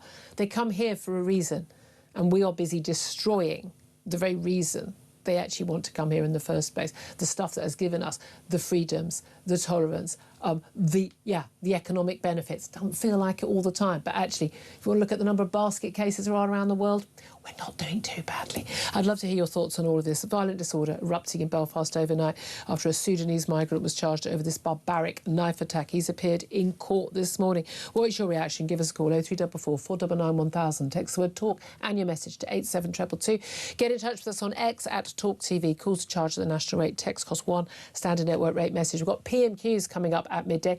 I mean, I would be flabbergasted if some aspect of this story, obviously we've got a charge, and so that makes this particular issue sub judice, this particular case, but I would be flabbergasted if this did not come up at PMQs. Stay tuned. We'll get your calls and your messages up next. This is Talk.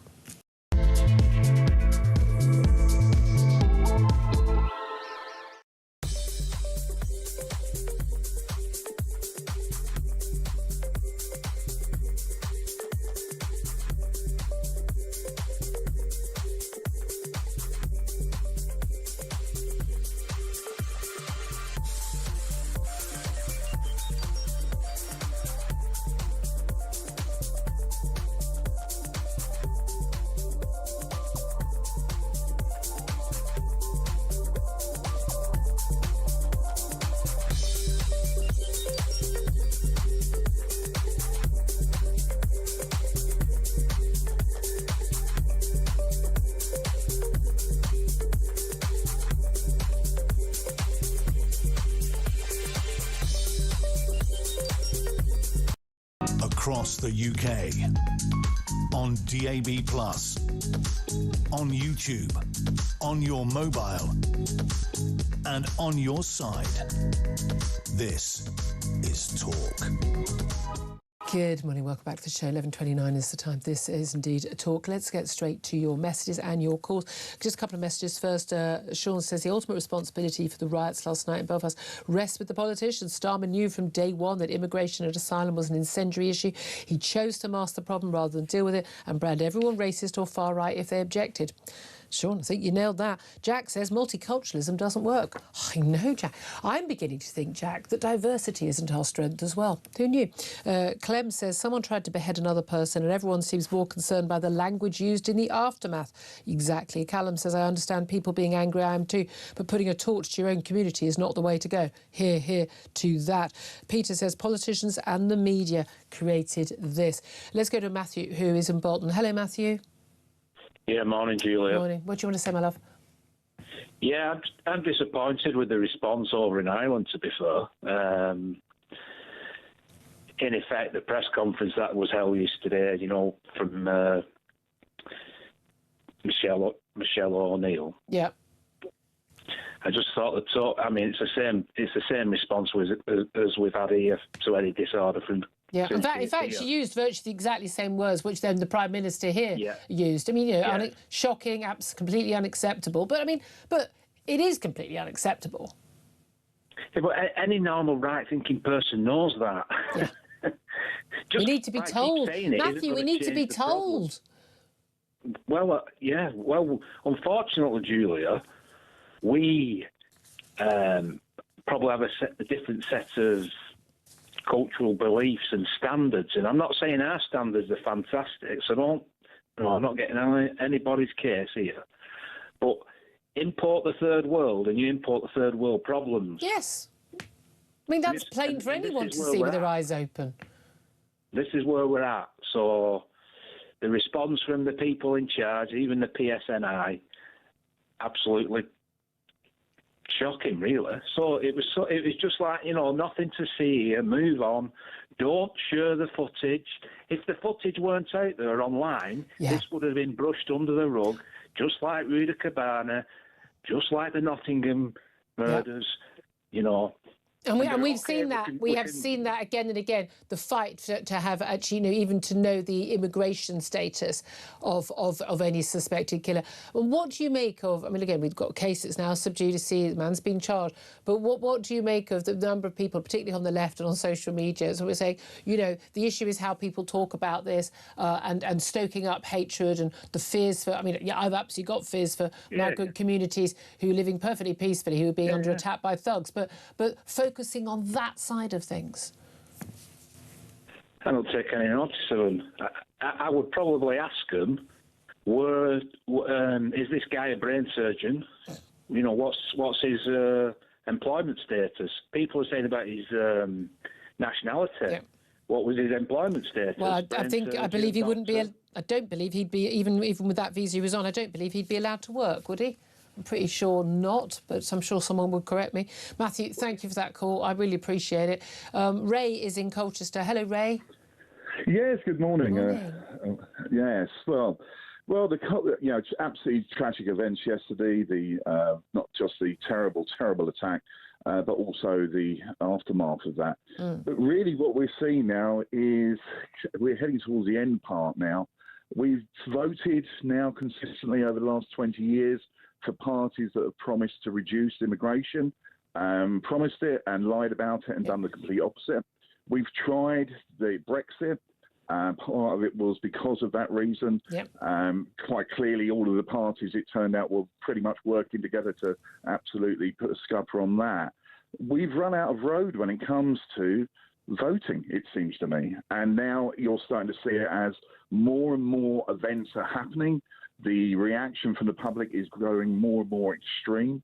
The great and the good that stand there, rub their hands, give all the platitudes and all the rest of it, while allowing the doors to open and the whole thing continue, are now about to really face, I think, I fear in the next few years, the absolute whirlwind that they have seeded. and they will not be able to stop what's coming, and it's going to be a tragedy. Yeah, I agree. And again, let's see what. I mean, if you think what happened on the streets after Southport, what happened on the streets in Southampton after Henry Novak, again a different case, but anger at at failure to sort of of police, and then we see what's happened in Belfast. If we have another, say, a terror attack, we have mass casualties. They're foiling these attacks all the time. I would not like to see what's going to happen after that. I think the whole kumbaya, don't look back in anger, well, what are you going to do reaction from governments, I agree, I don't think it's going to play anymore. Well, also, if you've only got to look at history, and part of what I do is I study history and I study revolutions. Revolutions always follow the same path. There is ever-growing anger, which is suppressed and develops over many, many years. And then there is an incident that is one that comes out completely of left wing. Nobody sees where it's coming from. And that is the spark. Yeah. And once that spark goes, all of that anger, all of that resentment is let loose in something that is completely uncontainable by the authorities. Yeah. You then have the revolutionary stage and everything, and I'm afraid it always gets extremely messy very, very quickly. Yeah. But the politicians we've had for the last 20 years, I find it no coincidence, right across Europe, all at the same period, all the governments decided to open the borders to mass immigration, import people who with little or no skills, something we don't need. No language skills of any use to anyone. Basically put onto our welfare system. We have imported poverty. We have imported the third world. And for those then that have done this to us, to then turn around and rub their hands and blame the very people who are bearing the brunt of it, is probably why they're politicians in the first place. But they are reaping what they have sown. And I'm afraid, history has shown where it ends. And normally it ends for those politicians on their lampposts. And I know, because someone's going to say, no one's inciting violence. You're just looking at it as you're looking at history, how it ends in other countries, and that is what happens. We don't want that to happen. Why? I don't understand why can't politicians just listen to what the people are expressly telling them again and again and again. I think the most insulting thing is they pretend that they are and pretend they're going to act and then don't. Ray, extraordinary call. Really appreciate that. You and Matthew, really great calls. Got so many more I want to get to, but just a very quick response now from Benedict Spence. This is pretty much along the lines of what you've been saying. Yeah, it is. And it's sort of remarkable how the pattern is going along as everybody can see it, and yet actually the response from the politicians are to just stick your head in the sand. Yep. More benefits, more welfare, we promised to do X, Y, Z, and the real problem is global warming or Europe or this, that, and you're sat there going, we are not complete half-wits. We can't see what's going on, and this is why ultimately crime's gone down, Benedict. Yeah, crime's gone down. Haven't you seen the net migration figures that show that it's going down? I mean, that's what we're being told. Was it Ray or the chap before who said, well, there would be the attempt to brush it under the carpet? You can't do this anymore. Social media, the fact that everybody's got a camera with them at all times, means it's increasingly hard to just pretend these things don't happen. And even if you try, as we found out with the Henry Novak case, eventually it comes out, because sooner or later there has to be evidence to how it is that somebody just ends up dead or ends up attacked. Really appreciate your calls. Get in touch, 0344 499 1000. Up next, going to take a quick break, then we're going to talk to former police officer Norman Brennan to find out what he makes of the whole thing. This is Talk.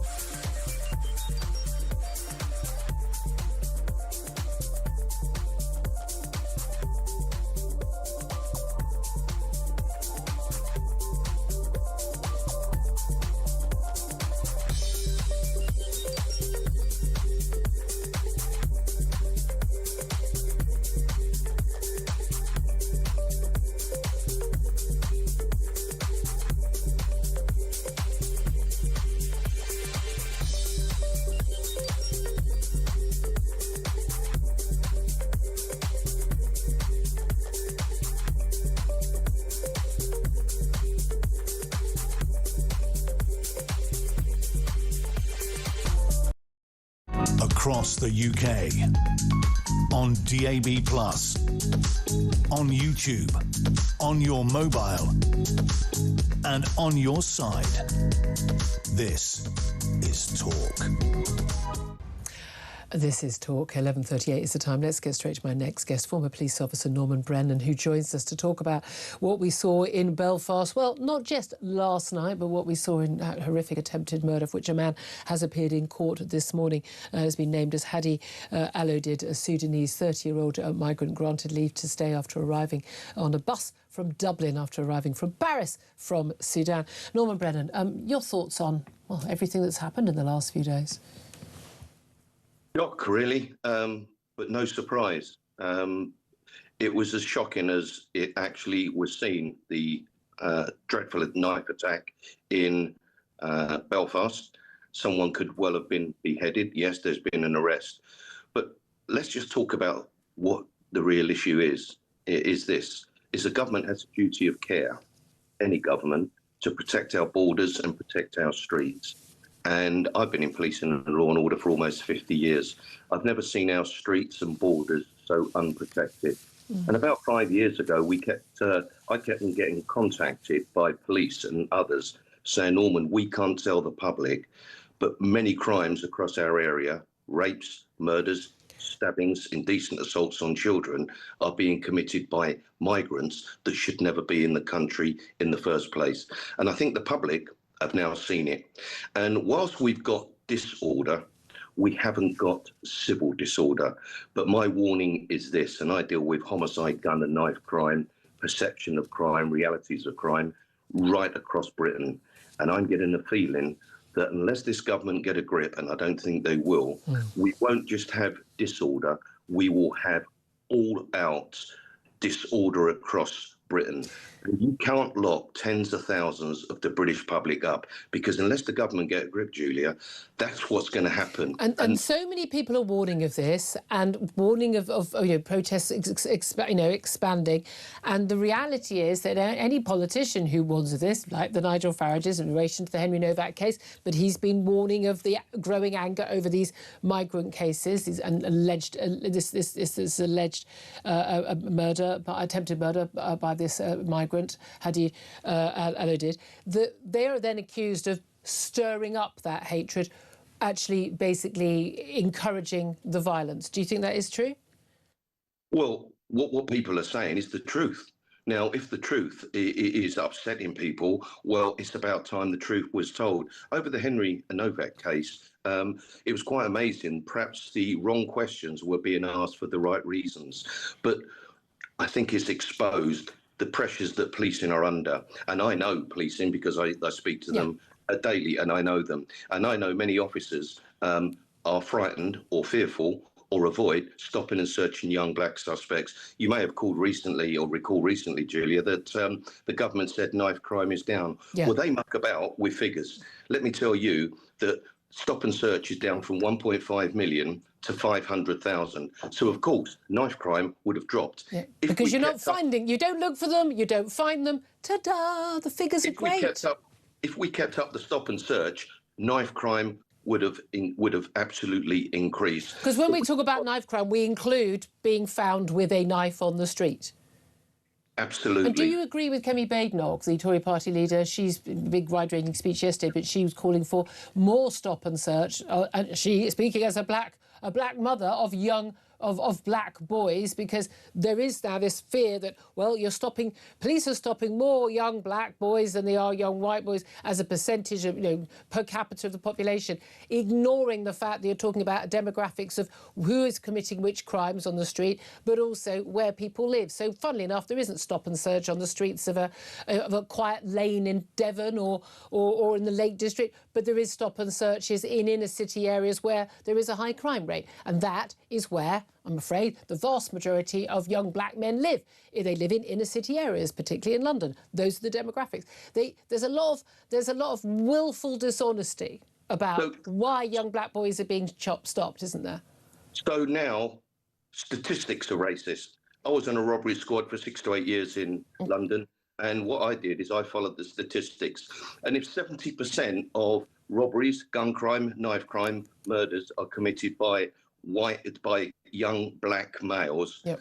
Do we stop 50% white and 50% black just to appease the anti-police aggressors, or do we actually do the job that the public expect? And if 7 out of 10 murders, stabbings, shootings, knife crime, robberies and street crime, which is often very violent, is committed by young black males, surely 7 out of 10 should be stopped. But nobody ever says it. Everyone is frightened. But the genie is out of the bottle now.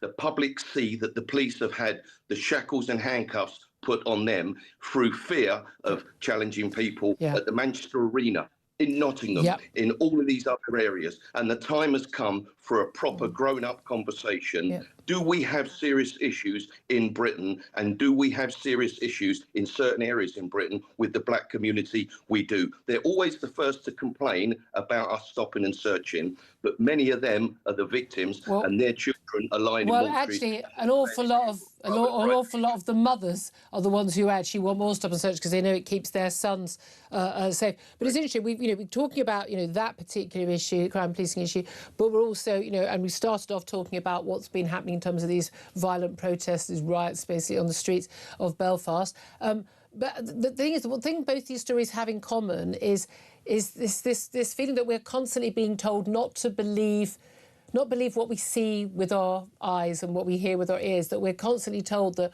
what we can see in our own streets, what we can see in terms of the media, in terms of who is committing crime, where our problems are, and being told you must unsee this. It hasn't happened. Like sort of someone trying to sort of perform a magic trick on us and saying to admit that you can see things and you can state these facts is somehow bigoted.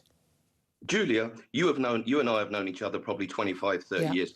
I was a serving police officer back then, and I think you may have been with the Express Group. Yep. You contacted me once or twice.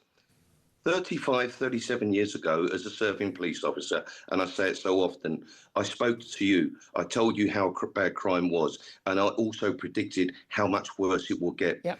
The thing was, Julia, nobody listened, nobody acted, and it's got far worse. Yep. And the question we've got to ask ourselves today, and perhaps we'll finish off on it, is this.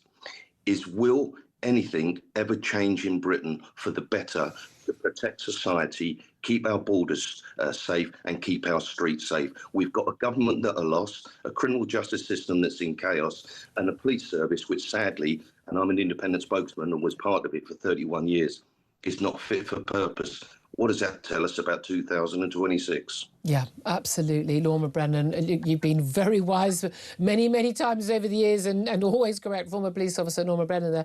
Benedict Spence. I mean, look, we covered other issues of crime, but it does all tie in because everything comes down to, sorry, don't believe the actual facts on the streets.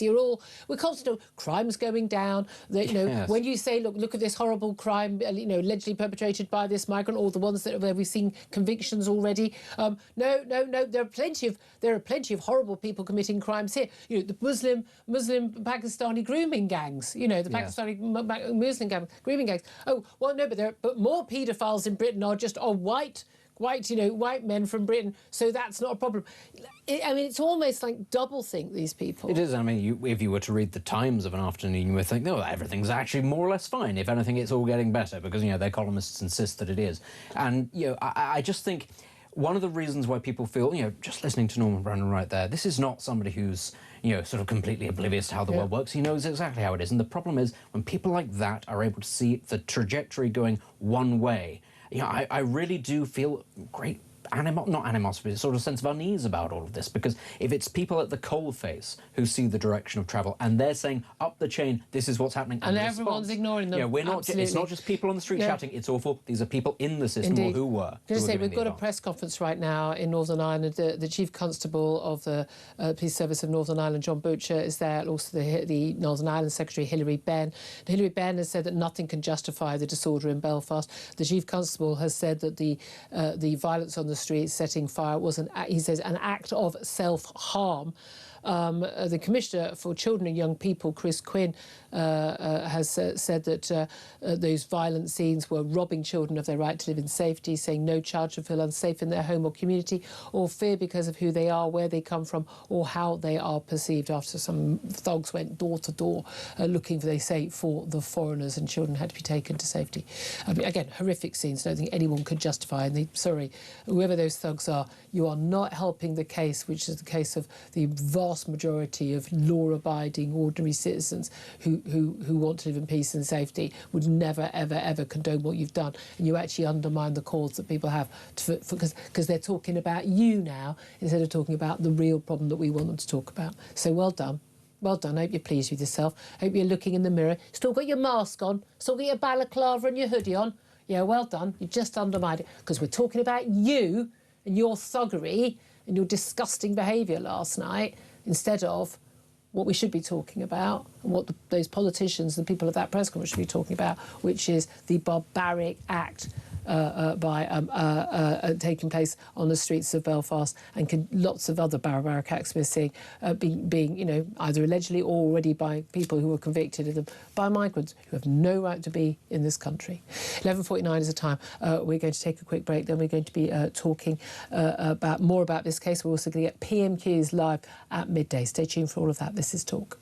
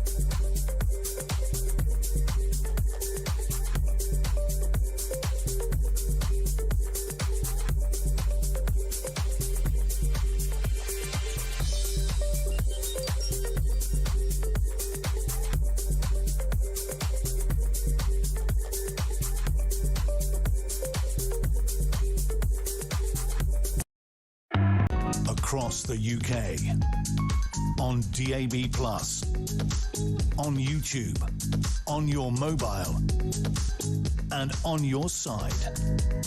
This is Talk. This is Talk, the Home of Common Sense. I'm Julia Hartley-Brewer. 11:52 is the time. Benedict Spence still joining us. Also now joined on the line by Tom Jones. He's Deputy Online Editor at The Critic.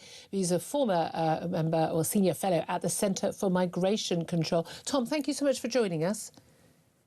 Thanks for having me. This horrific beheading, or attempted beheading, it's absolutely shocked the nation. We were talking about it, not able to show the video, I think very rightly, online. We've always seen those images in the newspapers, in the media, and many will have actually watched that video. Everyone's shocked by that. We've seen this violence on the streets of Belfast. Everyone's now talking about that. Now, there's an element, we've got a man who's now been charged with this attempted murder in court, Hadi Alodid. He's been named in court, as has the victim. We've got a few more details about the case. However, in terms of this case, a lot of people are also talking about how on earth this man, the suspect, was able to be in Belfast at all in the first place. Can you talk us through how somebody who's in Sudan goes to France, ends up in Dublin, gets a bus from Dublin, crosses the border and ends up claiming asylum in Northern Ireland? Why would he travel that far when he's gone through so many safe countries? Well, he would travel so far for the same reason that channel migrants travel so far, which is basically we have a migrant settlement package that is much more generous than other countries in Europe.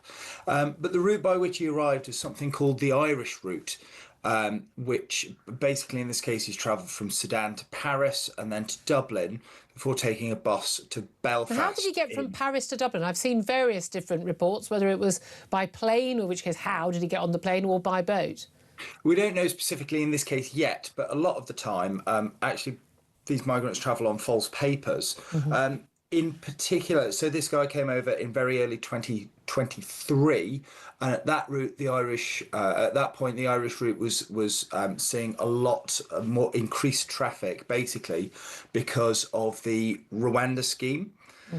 So basically it was redirecting migrant flows away from the channel and into this so-called Irish route, and so we saw a lot more crossings on the Irish border. Yeah, and of course this works both ways. Now we don't have it. There are no specific figures. The police and the government in Northern Ireland don't have it. The Home Office doesn't apparently compile them, which is weird because they must know how many people cross from Republic of Ireland to Northern Ireland, or indeed, as we've seen previously, the other way round over the Rwanda policy.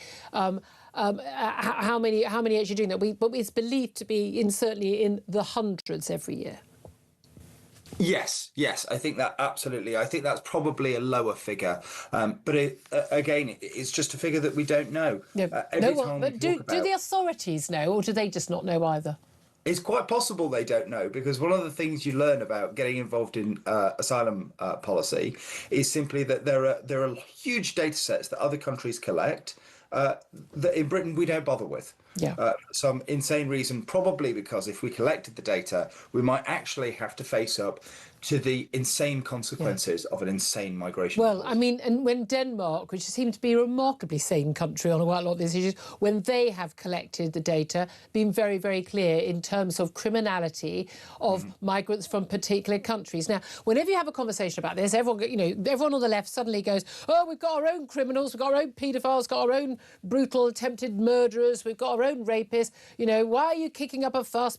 And they always point to the skin colour. They're obsessed with skin colour. The rest of us aren't. We just want to have as few people who are violent, dangerous people in our country as possible, and we can't kick out the ones who are British, so we'd rather not open the doors to the ones who have no right to be here. Seems like a pretty sensible argument to me. But they always give that argument. But there is very clear data that suggests that migrants, particularly migrants who have come through illegal routes from particular countries, particular parts of the world, have a higher rate of criminality. And that's even allowing for the fact that the vast majority of crimes in this country are never actually prosecuted. Yes, that's absolutely true. If you look at all the countries that collect data on this kind of thing, it does show the same thing. I think usually it shows in most countries that have a population of Albanians, they are usually the top. They're a slightly different grouping because mostly it's actually professional career criminals. Organised criminals, It's not quite comparing apples to apples. But yes, it's just data that we simply don't collect. I think in this case, it's very interesting that the police have released such an amount of detail so early on. Although interestingly, they thought the man was Somalian at first. And you think, well, how did you think he was Somalian? He turns out to be Sudanese. You kind of got, it wasn't something that, reports were saying. The police put that information out, which makes you wonder. Yeah, I think there's probably a lot of paperwork flying back and forth. But I think, the only reason really that the police have actually released this data in the first place is because basically these stories are now just going absolutely wild on social media every time they come out, and it's forcing the police to release details instead of doing what they'd quite like to do, which is not release any details in order to keep a lid on the community tensions that we're seeing now. Yeah, and again, people being angry about this is then seen as the problem as opposed to the actual substantive problem, which is people coming into our countries who, in this case, allegedly committing violent crimes, whether rape, assault, or other violence, attempted beheading in this alleged assault. I suppose in summary to this, it's just, this man was in the country. We're told, he's legally allowed in the country because he's been given a 5-year visa, leave to remain. But on what basis was he given that leave to remain? Do we know? I believe he claimed asylum in this case. Obviously, he'd already passed through France and Ireland and God knows how many countries to get to there. But yes, I believe he claimed asylum. Every day we wake up and we look at the newspapers and there's a fresh horror in the immigration system, and you look at this violence in Belfast, you look at the violence earlier this month. It is genuinely hard to know how the police are expected to deal with this whilst migration crisis just rolls on. Absolutely. Really appreciate you joining us. There's Tom Jones, Deputy Online Editor at The Critic. We'll hear more from Benedict Spence. We'll also have Peter Carbell in the studio in just a couple of moments as well. We're going to be taking PMQs live. I mean, we predicted it wrong last week, but my goodness me, I would be incredibly surprised if this did not come up at Prime Minister's Questions. We've also got an urgent question on this issue after that as well. This is Talk.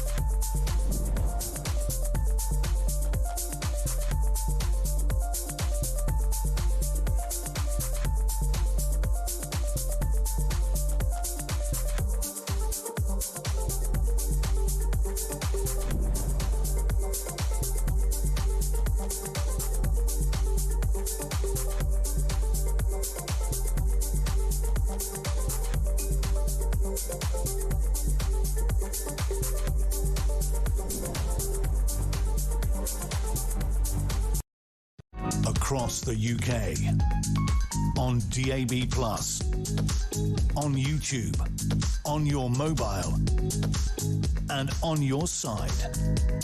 This is Talk.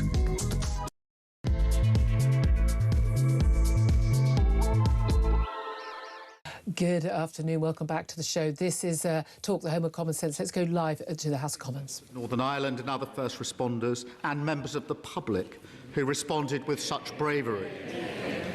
And our thoughts are with the victim. But let me be clear, Mr. Speaker. The acts of violence and arson that followed are totally unjustified. This morning I spoke with the First Minister, the Deputy First Minister and the Chief Constable. And the Secretary of State for Northern Ireland is meeting leaders in Belfast today. We are united in calling for calm and determined to restore order, support the police and all those on the front line, and ensure that justice is done. On a lighter note, Mr. Speaker, as the World Cup gets underway, I'd like to wish the best of luck to both Scotland and England. And I too would like to wish you happy birthday. Mr. Speaker, this morning I had meetings with ministers. OK, let's just come back of PMQs. We just had that. We wanted to go live to the Prime Minister giving a statement, as we'd expected he would. We'll have one or two questions from backbench MPs until then. In fact, if we can keep it on the screen for people, that would be very helpful. And I promise we will go live back to PMQs when Kemi Badenoch speaks. I'm also expecting questions from some other key figures as well. Joining me, I'm delighted to say, in the studio still is Conservative commentator Benedict Spence, and also we're joined by Peter Carbell, also of this parish. Good afternoon to you, and a belated happy birthday. Thank for you. Last Thursday. He took the whole week off for his birthday. Had to be done. Well, had to be done. And why not? And why? I do a whole month. You're only 42 once. Yeah, I mean, it's a big birthday. It's a big birthday. Look, there's no doubt at all. This is, going to be a very serious day at PMQs. We've predicted it wrong before, though, haven't we? In terms of what do we think people are going to talk about at PMQs? Because we have got a case now. What the events in Northern Ireland, in Belfast in particular, overnight. We have now got a man who has been charged with attempted murder. He's been named. He's appeared in Belfast court. So that obviously creates some limitations to what can be said. And politicians can often use that as an excuse not to speak about it. But I think it would be untenable for this not to be talked about at PMQs. You're absolutely right. There's also the fact that those riots that happened last night and peaceful protests too need to be discussed. There's no doubt about that, and they may have been sparked by what happened yesterday, but there are, or 2 days ago, but there are a huge number of factors in those demonstrations as well. Yeah. So I do think that's important. Absolutely. I know that Kemi Badenoch is going to be speaking in just a couple of moments. So Benedict, we'll come back to you in just a couple of moments. We've been talking an awful lot about basically, how serious this is. We'll go live to the House of Commons. Kemi Badenoch. Leader of the Opposition, Kemi Badenoch. Mr. Speaker, can I also wish England and Scotland the very best in the World Cup? Can I wish you a very happy birthday, Mr. Speaker, many happy returns. And may I take the opportunity to associate myself with the remarks that the Prime Minister made about the helicopter crash. Our condolences to their family and, of course, to the family of Michael Storey as well. Can I also thank him for his short statement on Belfast? The scenes in Belfast are deeply, deeply disturbing. A man is in hospital after a brutal attack, and now families are frightened after a night of violence. There is a live criminal case, so we must be careful about what we say. But we can be clear about this. People have a right to be angry. I am angry. And people have the right to expect their politicians to secure our borders. But no one has a right to burn families out of their homes or to burn public property and attack the police. We all have a duty to stand up for public safety in every way. Mr. Speaker, last night, America carried out strikes on Iran in response to the downing of a US helicopter. This comes just days after renewed attacks on Ukraine. The world is getting more dangerous, and the British public want to know this government is doing everything it can to protect our national security. So can the Prime Minister tell the House, will the full defence investment plan finally be published this week? Prime Minister. Mr. Speaker, can I agree with her that in relation to both Iran and Ukraine, we're facing a more volatile world than at any time during our lifetimes. Mr. Speaker, so far as defence is concerned, we've already taken a number of measures. We've increased defence spending from 2.3% to 2.6% in 2027. That's spending £270 billion over this Parliament. We've carried out a strategic review of defence, and we're committed to publishing the Defence Investment Plan before the NATO summit, which is in just a few weeks' time. That sounded like a no, Mr. Speaker. We have wasted 2 years waiting for the Defence Investment Plan. Projects have been put on hold, and Britain is getting weaker with every passing day. It has been reported that the Chief of the Defence Staff told the Prime Minister that the Ministry of Defence needs an extra £28 billion. Will that requirement be met in full? Mr. Speaker, we'll set out the Defence Investment Plan. It is it's a 10-year plan, and it's the first line-by-line review of defence budgets in 18 years. She's wrong to say it's been delayed by 2 years, Mr. Speaker. The Defence Strategic Review was published a year ago. We've been working through the details to make sure that we get this right. We are the government that has increased defence spending from 2.3 to 2.6%.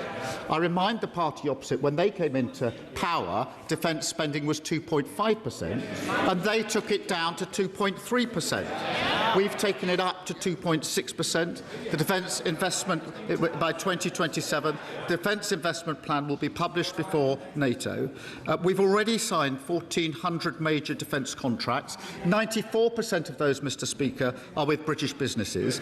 And as the Defence Secretary said, that includes helicopters made in Yeovil, drones in Swindon, armoured vehicles in Telford. And we've also given our armed forces the biggest pay rise in over 20 years. That's Labour making investment to safeguard our national security. Mr. Speaker, can I welcome the pay rise for the armed forces? But the Prime Minister says he's increased defence spending. He's not. This year, he's cutting it by £3.5 billion. What he's talking about is hopeful increases, which we don't know if he will do because there is still no defence investment plan. At a time that we need leadership, Mr. Speaker, we have total paralysis. It is reported that the Chancellor is only willing to find £13 billion for the dip. At the London Defence Conference last year, the Prime Minister said defence would be the central organising principle of his government. How can that be the case when he's giving the armed forces less than half of the minimum that they need? Prime Minister. Mr. Speaker, we've already increased defence spend. We will spend £270 billion in this Parliament. What did they do on spend? They took it from 2.5% and they cut it to 2.3%. And we'll take no lectures from them. They sat at the heart of a government that failed our armed services. They cut frigates and destroyers by 25%. They cut mine hunters by 50%. They cut the army from 100,000 down to 72,000. They missed army recruitment targets every single year for 14 years. And they left morale in the armed forces at an all-time low. So we'll take no lectures from them on defence and security of our country. Mr. Speaker, we've heard him say this about 100 times. There is still no defence investment plan. He is the Prime Minister now, at least I think he is. Should I be calling Andy Burnham instead to ask these questions? He is the Prime Minister, and the reason that he's dithering is because he doesn't know where the money is coming from. The military is waiting, the bond markets are watching. He has only three options: cutting spending, more borrowing, or higher taxes. We know that the Chancellor wants to put up tax to pay for it. Will the Prime Minister rule out raising taxes? Prime Minister. Well, Mr. Speaker, she asked the House to simply ignore the last 14 years under Labour. So we may have failed the armed forces, hollowed them out, but please just forget all that and act as if it didn't happen. Well, you can't forget all that, given the damage they did to our armed services. Mr. Speaker, she says forget all that. I remind the House, when they left office, 47 out of 49 major defence contracts were delayed or over budget. That is what we are fixing. And you can't just scrub away and forget. I know they want to forget the last 14 years in power. So do the British public. That's why they're sitting over there. But, Mr. Speaker, we've increased defence spending. We are going to publish the Defence Investment Plan, and that will be done before the NATO summit coming up in just a few weeks' time. Mr. Speaker, I remember when the last government led Europe when we were fighting the war in Ukraine. When Russia invaded, we were ready. We supplied Ukraine with munitions. We increased defence spending. But I wasn't asking him about our record. I asked him if he would rule out tax rises. He did not rule out raising taxes. So tax rises are coming. He can't borrow more because the markets have no confidence in him. The reason the Prime Minister is in this mess is because he maxed out on spending in his first two budgets. That's why the benefits bill is set to rise to over £200 billion by the end of the decade. He has things the wrong way round, Mr. Speaker. He has a benefits plan until 2031, but no defence investment plan.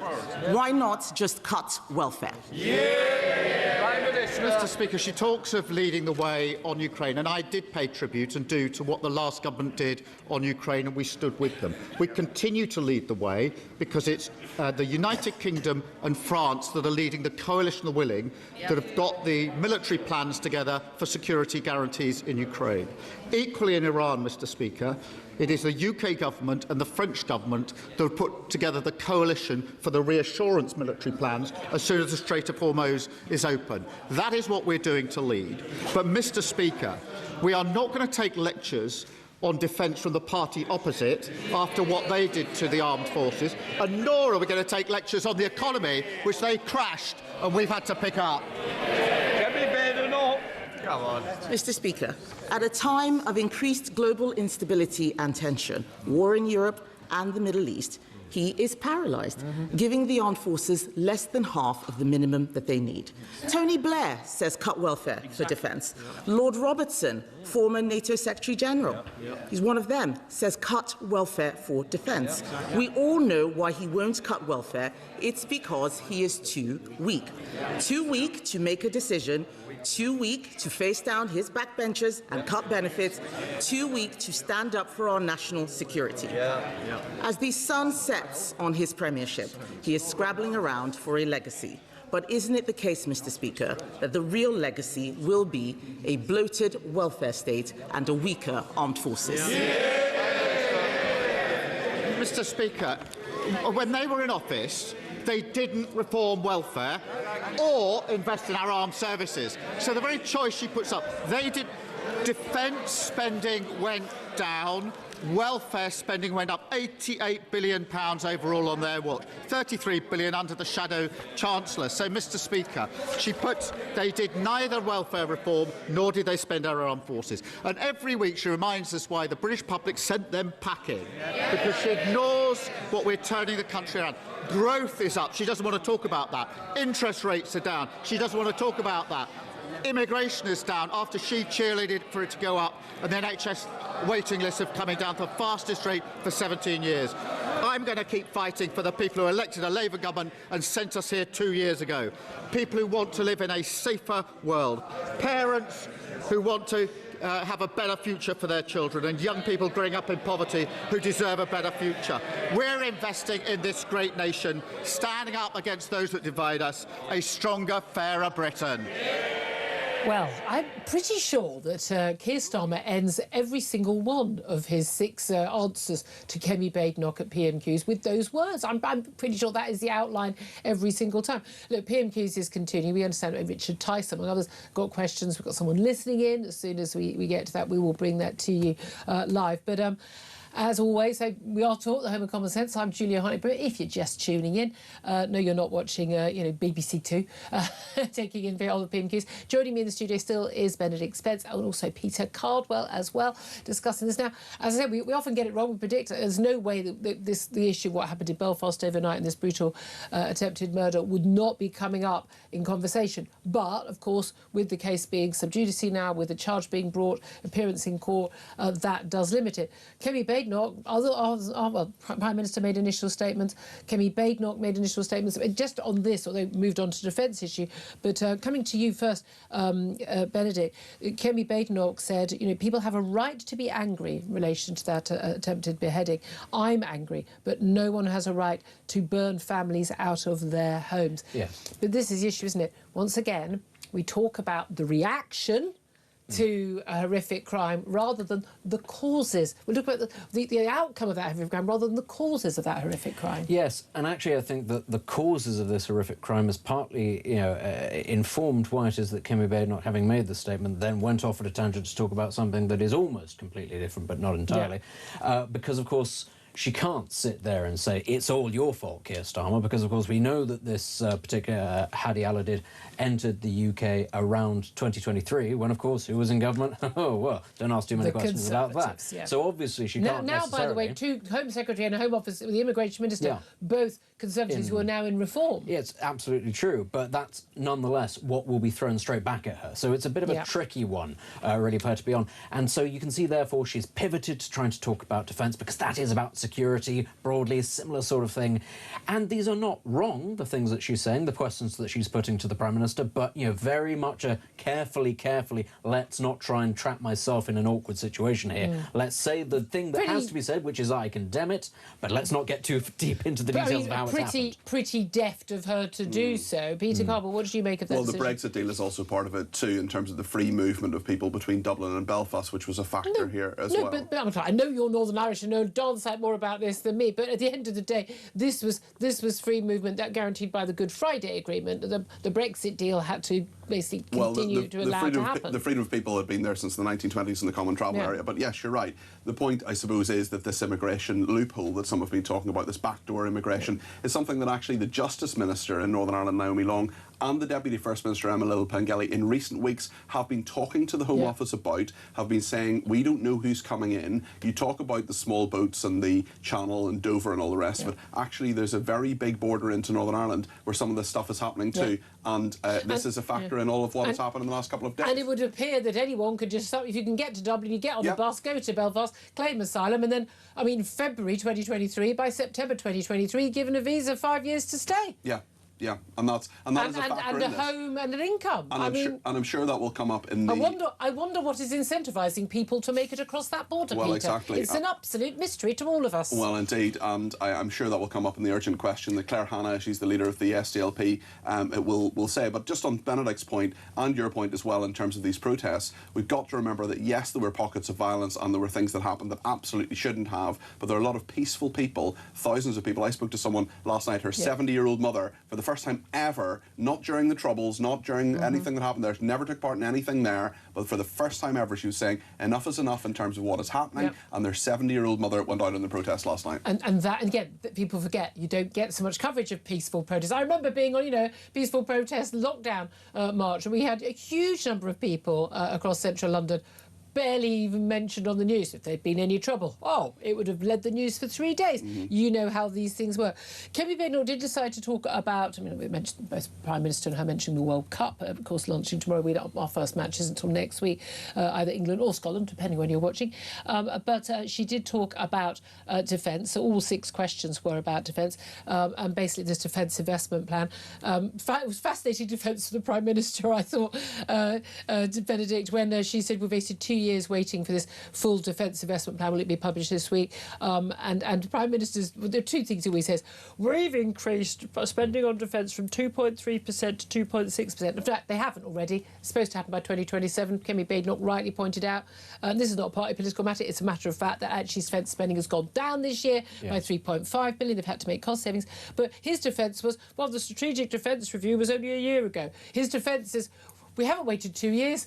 We've only waited a year, at a time when we have numerous conflicts, not just in Europe, but in the Middle East, and potential threats we're constantly told about. I mean, he was on the ropes, wasn't he? Whilst the public are also being drip-fed the information we may have to prepare for being in a war within the foreseeable future, we've then got a government going, but, are we going to have the kit? Are we not? Oh, guess we're going to find out. And then, when he's actually pushed, he goes, but we're also using this to create jobs by building helicopters here and transport vehicles here. And of course, he landed on those 2 things, which are perhaps the biggest boondoggles of all of this, because everybody knows the Ajax troop support thing doesn't work. It deafens people. And everybody also knows what happens to helicopters now. They get knocked out of the air by drones. Indeed. Why on earth did he go for that? I'm just going to interrupt because the leader of the DUP, Gavin Robertson, is asking a question. Let's go straight to him now. In my constituency and in other parts of Northern Ireland require the strongest condemnation.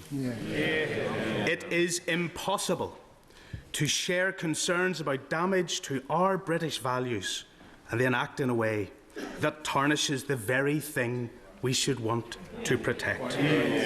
The government's job, our collective job, is to act, to protect our country and to defend our borders. The Prime Minister knows that the man charged entered our country illegally. He passed through 2 safe countries and attained asylum in record time. Will he meet with me urgently to discuss the steps he and his government will take to ensure our values are enforced, that the rule of law in this country sustains, and that he protects and closes the open, porous border between our country and the Irish Republic?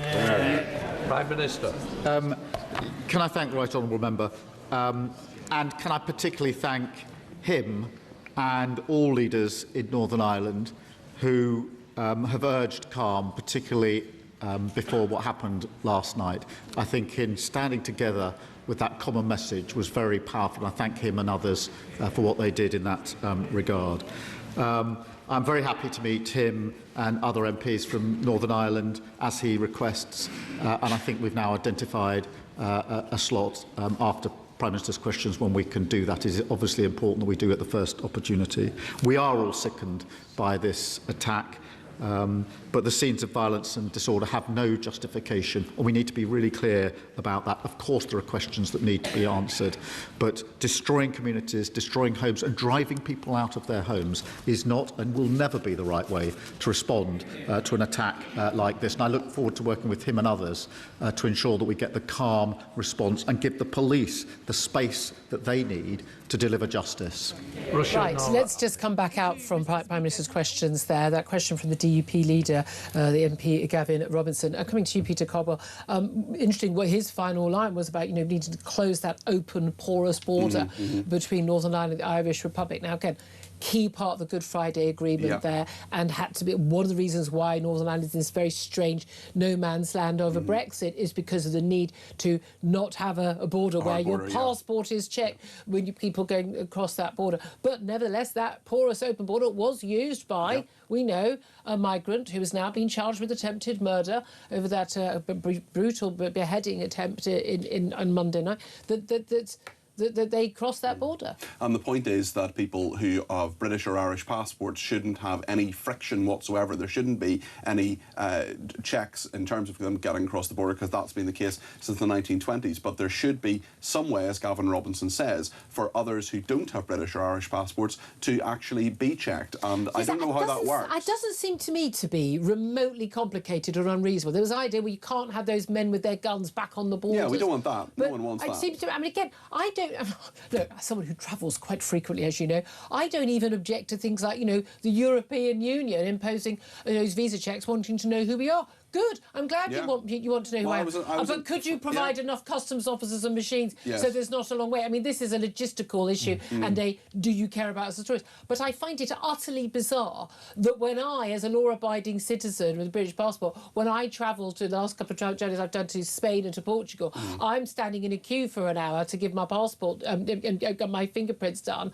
But this guy, by all accounts, can somehow travel to France, travel into the Republic of Ireland, get a bus, travel, and then into the Northern Ireland and into the UK jurisdiction and claim asylum.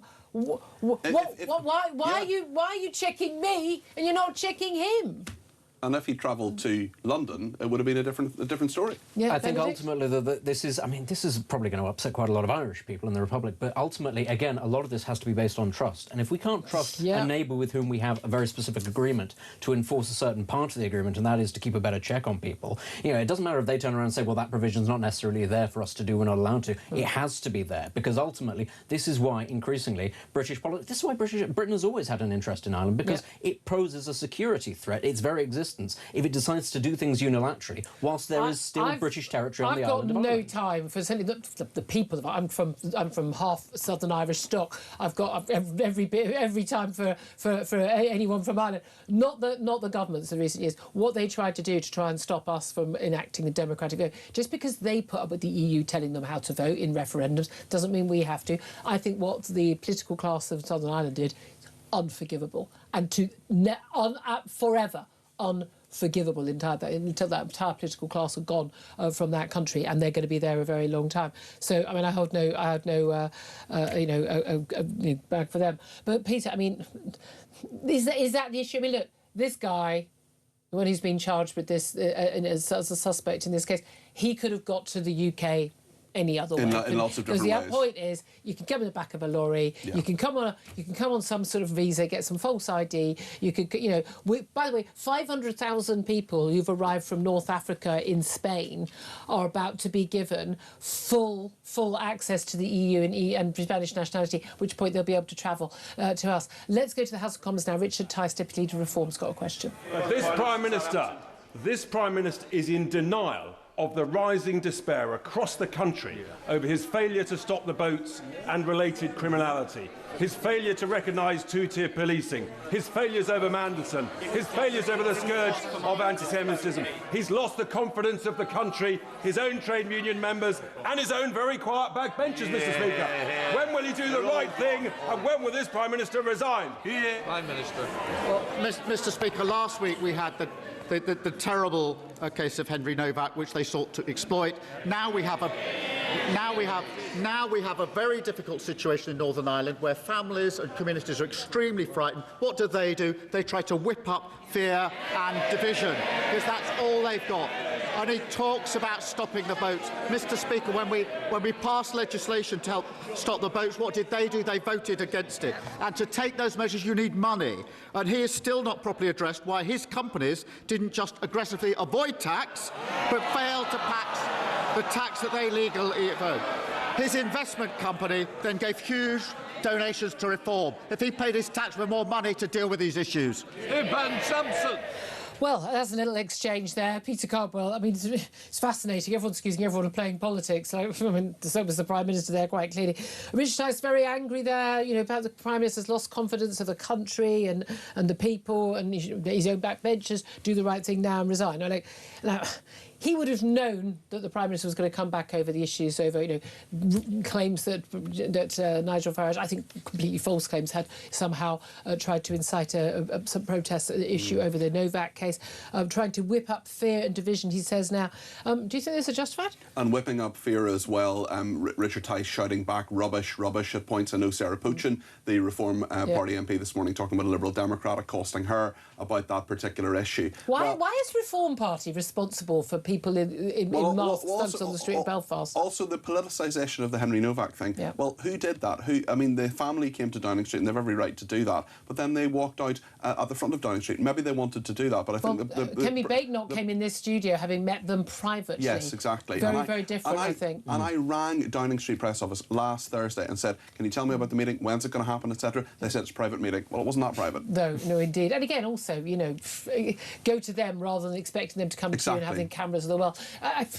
Benedict, your thoughts? I mean, honestly, ultimately murder is political however it happens, and the way that the Prime Minister has used on the one hand saying, no, you absolutely can't discuss it because, you know, that's what the family has said and it's going to stir up tensions, and on the other hand goes, after reform when they try to raise these things, exactly. Yeah. But also, by the way, Henry Novak, his father, Mark, never said don't discuss it. No, it must be said, it's been very dishonestly reported by a lot of, not just politicians, but certain media commentators as well.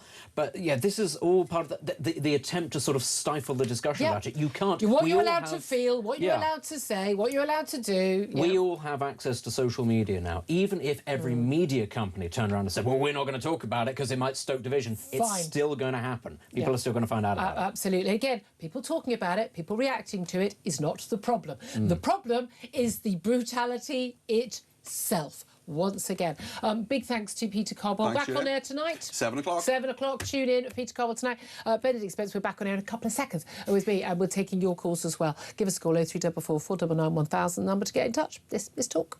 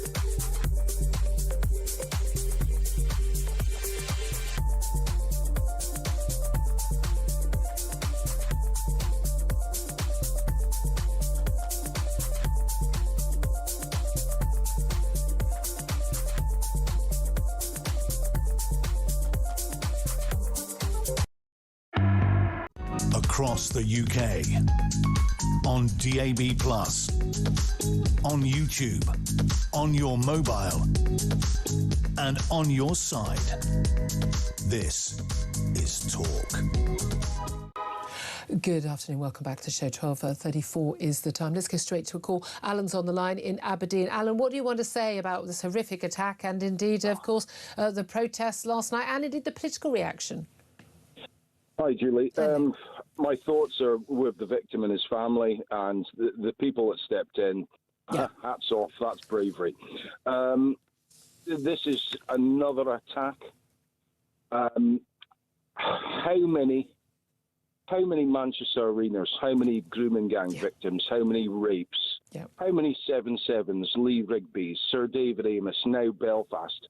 How many of them do we need before the political elite, the mainstream media, the liberal left wake up to what the actual problem is? Yeah. I think you'll find the problem is us talking about it, Alan. Did you not get the memo? Oh, trust me, I got that long ago, Julie. We're not allowed to talk about the problem. They think and you know what the worst of it is? The people who are screaming against the riots, that we all condemn, however, them very same people, do you ever see the same condemnation against the riots from them people against grooming gangs, against the invasion, against Manchester, against all the crimes that in the third world? We know what the problem is in Britain. We know who the problem is. It's not only the third world and their 1,400-year-old ideology, but it's the bloody political elites, the mainstream media. They are part of I agree. Again, every time you should go going back to the terror attacks, we like to think of them in the past. No, they're not in the past. They're more being foiled every single day. And they only have to be lucky once, as the IRA so famously said. We have to be lucky every time. But at the end of the day, every single time we're told, community cohesion, be concerned about this. We don't want people to take action to their own hands. And while, of course, we do not want anyone, I don't want people ever... What happened last night in Northern Ireland was absolutely outrageous and in no way helps the cause of people like you and me and millions of others, the majority of people in this country who would like the actual real cause behind this to be dealt with. But at the end of the day, they seem to be so much more angry about the reaction than about the barbarity which provokes that reaction. I totally agree with you, Julie. I mean, I deal directly with victims of actual genocide. So, I know about the barbarity. However, what I'm seeing now in Britain is we've got a ticking time bomb. What you see as went on abroad, we've got a 7th of October, we've got a Bondi Beach, we've got a Yazidi genocide here in Britain now, because we're dealing with people who think and plan 2, 3, 4 generations ahead. We are dealing with people who hate us. Let's be honest about it. But I have to say this, because if I don't, but I don't think genuinely that the majority of people who've come from a lot of these countries thinks about anything other than just getting on with their own family life, doing their jobs, whatever. I think there are people here who come here who are on the take. I think there are people who are taking the mick. I think there's a criminal element. And I think then you have this big, let's face it, terrorist stroke, serious criminal, jihadi element. And I'm afraid that element is a minority, but it's a very, very large minority. It is a large minority. And do you know what the worst of it is? That minority that's coming in, they breed. They're breeding the next generation. Again, some people won't like that terminology, but the reality is if you look at the latest statistics, in fact, there was an item we've got it on the show before this case came out in terms of, looking at school pupils about what, where we are in terms of the demographics of this country and how much they are changing. Look, I'm going to have to leave it there because I'm, as always, way over time. Alan, really interesting call. Thank you very, very, very much indeed. And a lot of people will have been agreeing with an awful lot of that. I'm going to go to a quick break. Up next, we're going to be talking to the wonderful, the brilliant Kate Hoey, Baroness Kate Hoey, of course, born and bred in Northern Ireland, to get her thoughts on this story. First up, though, of course, it all kicks off tomorrow. Yeah, the FIFA World Cup kicks off tomorrow. And our friends at TalkSport, just down the corridor, are sending you and a friend straight to New York City with Adidas, the tournament's official match ball supplier. It's the ultimate trip to watch England face Panama live at the MetLife Stadium. Return flights, hotel, match tickets and spending money all taken care of, and I'm happy to be the friend. Plus, Adidas is throwing in the official try-on match ball and a fresh pair of boots. Don't miss out. Here's how to enter. For your chance to win, head to our friends at talksportwin.com or text TALK to 83338. Text costs £2.50 plus your standard network rate. Or call 0343 418 7260. Lines close on the 12th of June 2026 at 4 p.m. That's when you'll need to answer your phone if it rings. 18 plus UK residents only. This is a network promotion. Full T's and C's at talksportwin.com. So for your chance to win, text TALK to 83338 now.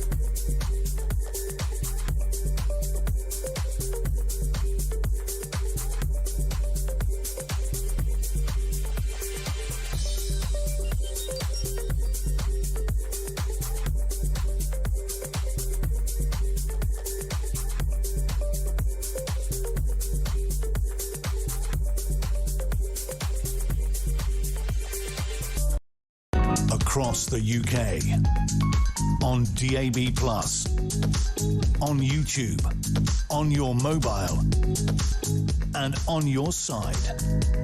This is Talk. This is Talk, the Home of Common Sense. 12:40 is the time. Let's get straight to my next guest. Baroness Kate Hoey is an independent peer and former Labour MP, and of course born and bred in Northern Ireland, where of course all the focus has been after this horrific, brutal attempted murder on Monday night, and of course these protests we saw turning horrifically violent last night. Kate Hoey, thanks so much for joining us. Pleasure. Nice to see you. Well, I wish it was under nicer circumstances. I was just asking, first of all, your reaction to what has happened in Belfast in the last couple of days.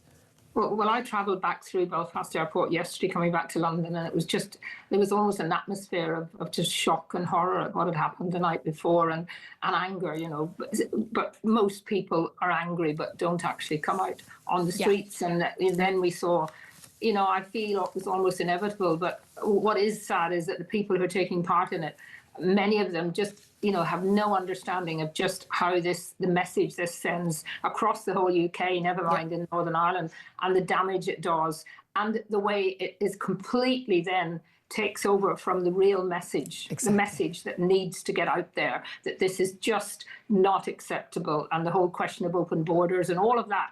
We need a real discussion, but I'm afraid that, those people who don't want to accept the truth about the damage that migration is causing, increased immigration, and all of that to communities, just seize on the violence as a way of not talking about the real issue. Exactly. They talk about the consequences, not the causes. And again, all of us would condemn the violence, absolutely. And again, what is fascinating, though, is I sort of wonder sometimes when you get the Prime Minister talking about people playing politics and exploiting things. Yeah. The best case scenario for Keir Starmer and the left particularly, but again, whether it was the Tories in power or Labour in power, allowing this sort of mass, uncontrolled, illegal immigration, which is what it is, their best case scenario is that we don't know about these cases. Their second best scenario is that we're not allowed to talk about these cases. We don't have a video, we can't see it. And the third best scenario is there's a violent reaction to it, and then they can blame politicians on the right for that reaction. At no point having to actually confront the actual crime itself and why someone is allowed to be in the country who is able to be, allegedly commit a violent crime like this. Well, I think this is why this case and this obscenity that took place is really, I think, could be a game changer, because it is showing very, very clearly that someone can just simply come through two safe countries, get into the Republic of Ireland, which is a foreign independent country, and then just literally come over in a bus, come over in a train to the United Kingdom, where they know that they will then be given asylum or leave to remain very, very quickly. They'll be given lots of extra benefits that they don't get in the Republic of Ireland or in the EU. I thought the Republic was pretty soft touch as well. Well, they don't give as much support as we do in terms of, you know, someone. But there's no doubt about it that in the Republic of Ireland there is growing unrest, and that we saw last year some of the you know, the riots and the demonstrations that took place there, because, you know, no one has asked communities, do they want hundreds of different nationalities, particularly coming from countries where their whole culture and moral values are very different from ours, to be put into their own towns. We saw that in Ballymena last year, and no one listens. So I really hope that this time, you know, the question of the open border has to be addressed. Well, how does that get addressed? Because that just came up in PMQs. Because such a crucial part of the Good Friday Agreement was there was this open border between the Republic and Northern Ireland. No, I think that's always the myth. The Good Friday Agreement talked about getting rid of the military structures that were there at the border. Soldiers standing at checkpoints. Who were there, and all cars didn't automatically get stopped, but there was a lot of stopping and there were structures there, and there was people with guns, and all of that went with it. But it didn't talk about any kind of border either on trade or on people. You know, it didn't say that we couldn't actually check people. And the Republic of Ireland, of course, has been doing that quite recently over the last 2 years, getting onto a bus and asking people for their IDs once you get into the Republic of Ireland. Because at the time when Rwanda was being discussed, a lot of migrants left Northern Ireland as part of the United Kingdom and went into the Republic. So the Irish government acted very quickly. Now, I've had two different lots of questions to ministers over the past 2 years. In fact, the first lot was to Lord Sharp, who was the Home Office Minister in the Conservative government, and then more recently, last autumn, to David Hanson, precisely about this, about the figures, the numbers. Neither of them could give me the results, you know, the details of figures. And all they would say, the two answers were almost identical. It didn't make any difference whether you were a Labour Home Office Minister or a Conservative. Oh, we're in discussions with the Republic of Ireland government. We have very good relations, blah, blah, blah. Nothing, no real recognition that the numbers coming over that border are huge. And again, it's very, very noticeable. You know, look, I can see people, you know, coming out of my local Holiday Inn, Asylum Hotel at the top of my road. But you know, you can notice it in a big city. It's very noticeable. But it's even more noticeable in lots of small towns and villages. This happening both in Northern Ireland and also in the Republic of Ireland, where literally people are shipped in. And it's happened in Essex, didn't it? In that former military camp. They ship people in overnight. Why are they doing it overnight? Because they know it's against the wishes of the local people. Yes, absolutely. And they're never consulted. Yeah. And, you know, this what really makes me angry is this whole way that everything is then blamed on the far right. It's kind of somehow just going to come to that. The great excuse for everything. And I was saying to someone earlier this morning, a lot of those, particularly those young people who were out on the streets, you know, being involved in that violence, wouldn't have a clue what we meant by the far right. You know, it isn't. Well, they certainly wouldn't have a clue who Nigel Farage was. I mean, it's fascinating how quick the left commentariat, how quick, you know, Keir Starmer was quick in response to Richard Tice over a question, the Deputy Leader of Reform. Very quick. Same over the Henry Novak case. Very, very different issue last week. But really, really quick to it's people talking about it. It's people predicting that, telling people they should be angry about it when they already are, predicting that there can be trouble about it. They somehow are then held responsible when the thing that everyone thinks is going to happen happens. Yes. You see, people have felt silenced. We know that. I mean, politicians have felt silence even. I mean, it's beginning to change now, but there was a time when it really was quite difficult to even talk about immigration, because that was immediately seen as somehow you were, you know, a racist. And that is beginning to change. But the public, you know, when they do feel frustrated and angry, sadly, what we've seen on the streets, you know, does happen. But I mean, it has to be condemned, and it's just so short-sighted. And any leaders that there are, and any parents that have allowed their children to be out on the streets, you know, really need their head examining. Stay at home, absolutely. Just finally, I want to ask you, front page of The Sun has actually got a picture of this guy, because we found out today the name of this Sudanese alleged attempted murderer, Hadi Alodid, but also confirmed the name of the victim as Stephen Ogilvie, an NHS radiographer. We've also found out who the incredible, you know, hero hero passerby was, who basically went in, and again, I'd not heard of it. This is my own ignorance, a hurling stick. I said it was some kind of bat, but this is Matt McKinnon. He's pictured on the front page of The Sun, and he basically was in a car, and he got out, and he'd been playing hurling, God, what did you do with hurling? Using a hurling stick. He had it in the boot of the car. He got out and smashed the attacker over their head, and we all saw on the video. But, we always need to remember that the police are very brave. They run into these things. Ordinary civilians, ordinary people stepping in, literally saving lives. Yes, well, this man certainly saved, I'm sure, the life, or certainly even more serious injuries. And the hurley stick is like a cricket bat but wider, so it's quite got a heavy. I mean, it was a very, very good idea of him to get it out of the boot. Might start carrying one. But it's brave people. There are brave people, and there is an instinct, isn't there, to help someone when they're in trouble. But I just hope that we're not going to go on with another few days of everyone sort of talking about, the violence obviously has to be condemned, but actually starting to look at what we are going to do about keeping our borders safe. Yeah, why don't we just prevent us ever having to talk about it again by it not happening? Kate Hoey, you've been talking sense on this for years, and I know my audience would appreciate you. Independent peer, former Labour MP Baroness Kate Hoey. Benedict Spence. You're of Irish origin, aren't you? Half Irish. Could you culturally get away with carrying a hurling stick in the street? Who knows? Who knows? Look into that. Not allowed pepper spray, but hurling stick seems very enticing right now. It's a great sport for anybody who's not watched it. The All-Ireland final will be on the BBC. I apologise for my ignorance on this issue. I kept saying it was some kind of bat yesterday, and I can imagine there were people throwing things at the radio. That's one way of describing it, yes. Well, Quite a large bat. I'm not very good on the sport. It's got great velocity when you really get to it. Listen, I've been learning how to play golf. I still call it a stick, much to the horror of my family. Anyway, 12:50 is time. We're going to take a quick break. We're going to be talking about a small matter came up at PMQs. The matter of defence. Do we have any defence? Are we going to spend any money on defence, and what happened overnight in Iran? This is Talk.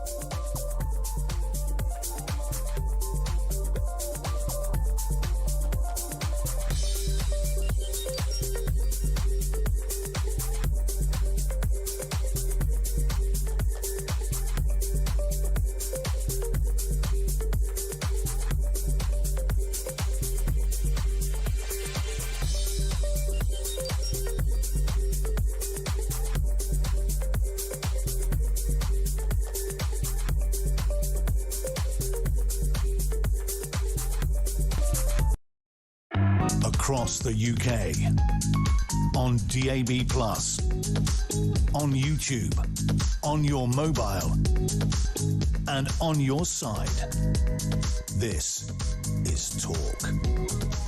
This is Talk. 12:53 is the time. Let's go straight to my next guest, Dr. Alan Mendoza, Executive Director of the Henry Jackson Society. He's also Reform UK's Chief Advisor on Global Affairs. But Alan, thank you so much for joining us. Once again, we're talking to you about, defence issues rather than anything to do with the Reform Party. You're an advisor rather than a spokesman for them, I must stress to people.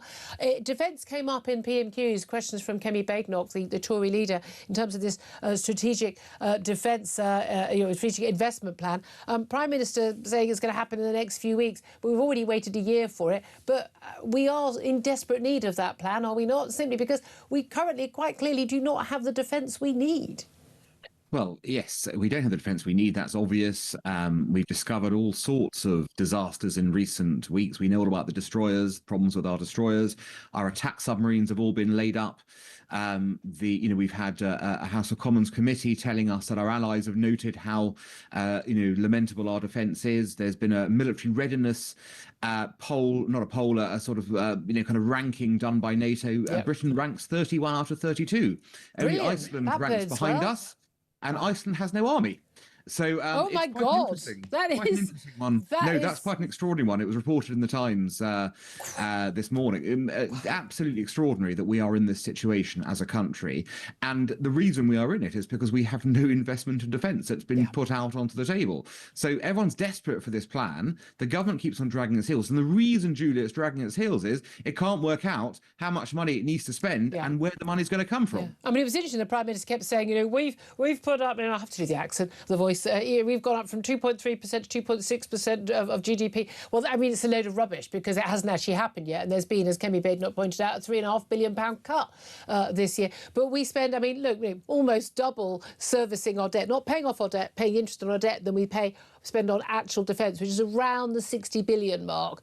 But we know that other countries like France, who spend similar amounts, get a lot more bang for their buck. So that's a big concern. But in terms of the reports, some of the reports today, including actually the Times, I think the Telegraph as well, about how is any increase in defence going to be paid for, that is what the delay is, because they know you're looking at huge sums of money, and you need to find that money from somewhere. And there is no money. We are borrowing at the absolute extreme. We can't afford to borrow anymore. People are being taxed to the hilt already, some of the highest tax we've ever seen. But the clear option to make anyone sane, and Tony Blair and George Robertson, the former NATO chief, making it very clear, is to cut welfare spending. But this is something the Prime Minister cannot do because of his backbenchers, in which case the question today was, how much are our taxes going to go up then? Well, the whole point of this is the Prime Minister is in a desperate fight for his own survival within the Labour Party, and that is now playing out onto the national security architecture, the issues, because of his desperate need to placate his backbenchers, to keep them, perhaps to vote for him in whatever leadership contest may or may not emerge. The country's defence is being sacrificed. So everyone's aware, including former Labour grandees, who know exactly where the money has to come from cuts within government expenditure. And everyone knows, really. Yes, exactly. I mean, there's this discussion about net zero cuts, all these things that have been spoken about. Everyone knows, and this has been trailed for a long time, Julia. We've been waiting for a year for this. And if you remember, the government's SDSR laid out what should be done, but we haven't been able to do any of it because there's no investment plan behind it. So everyone's been aware of this for a year. They've sort of fiddled while the country's defences continue to burn, and we're no wiser as to what the outcome's going to be. It is a deplorable state of affairs. Well, the important thing is at least we haven't got a major war in Europe or ongoing or in the Middle East, and we haven't got an ongoing threat highlighted constantly by our security agencies and defence chiefs, past and present, of threats from Russia and China and other hostile actors. I mean, so we shouldn't have too much to worry about. I mean, I am, of course, using the sarcasm font. I mean, this is the terrifying thing. We can see the danger right now, and yet they're not acting. I mean, we needed to do this investment 10 years ago, 2 years ago, not in 10 years' time.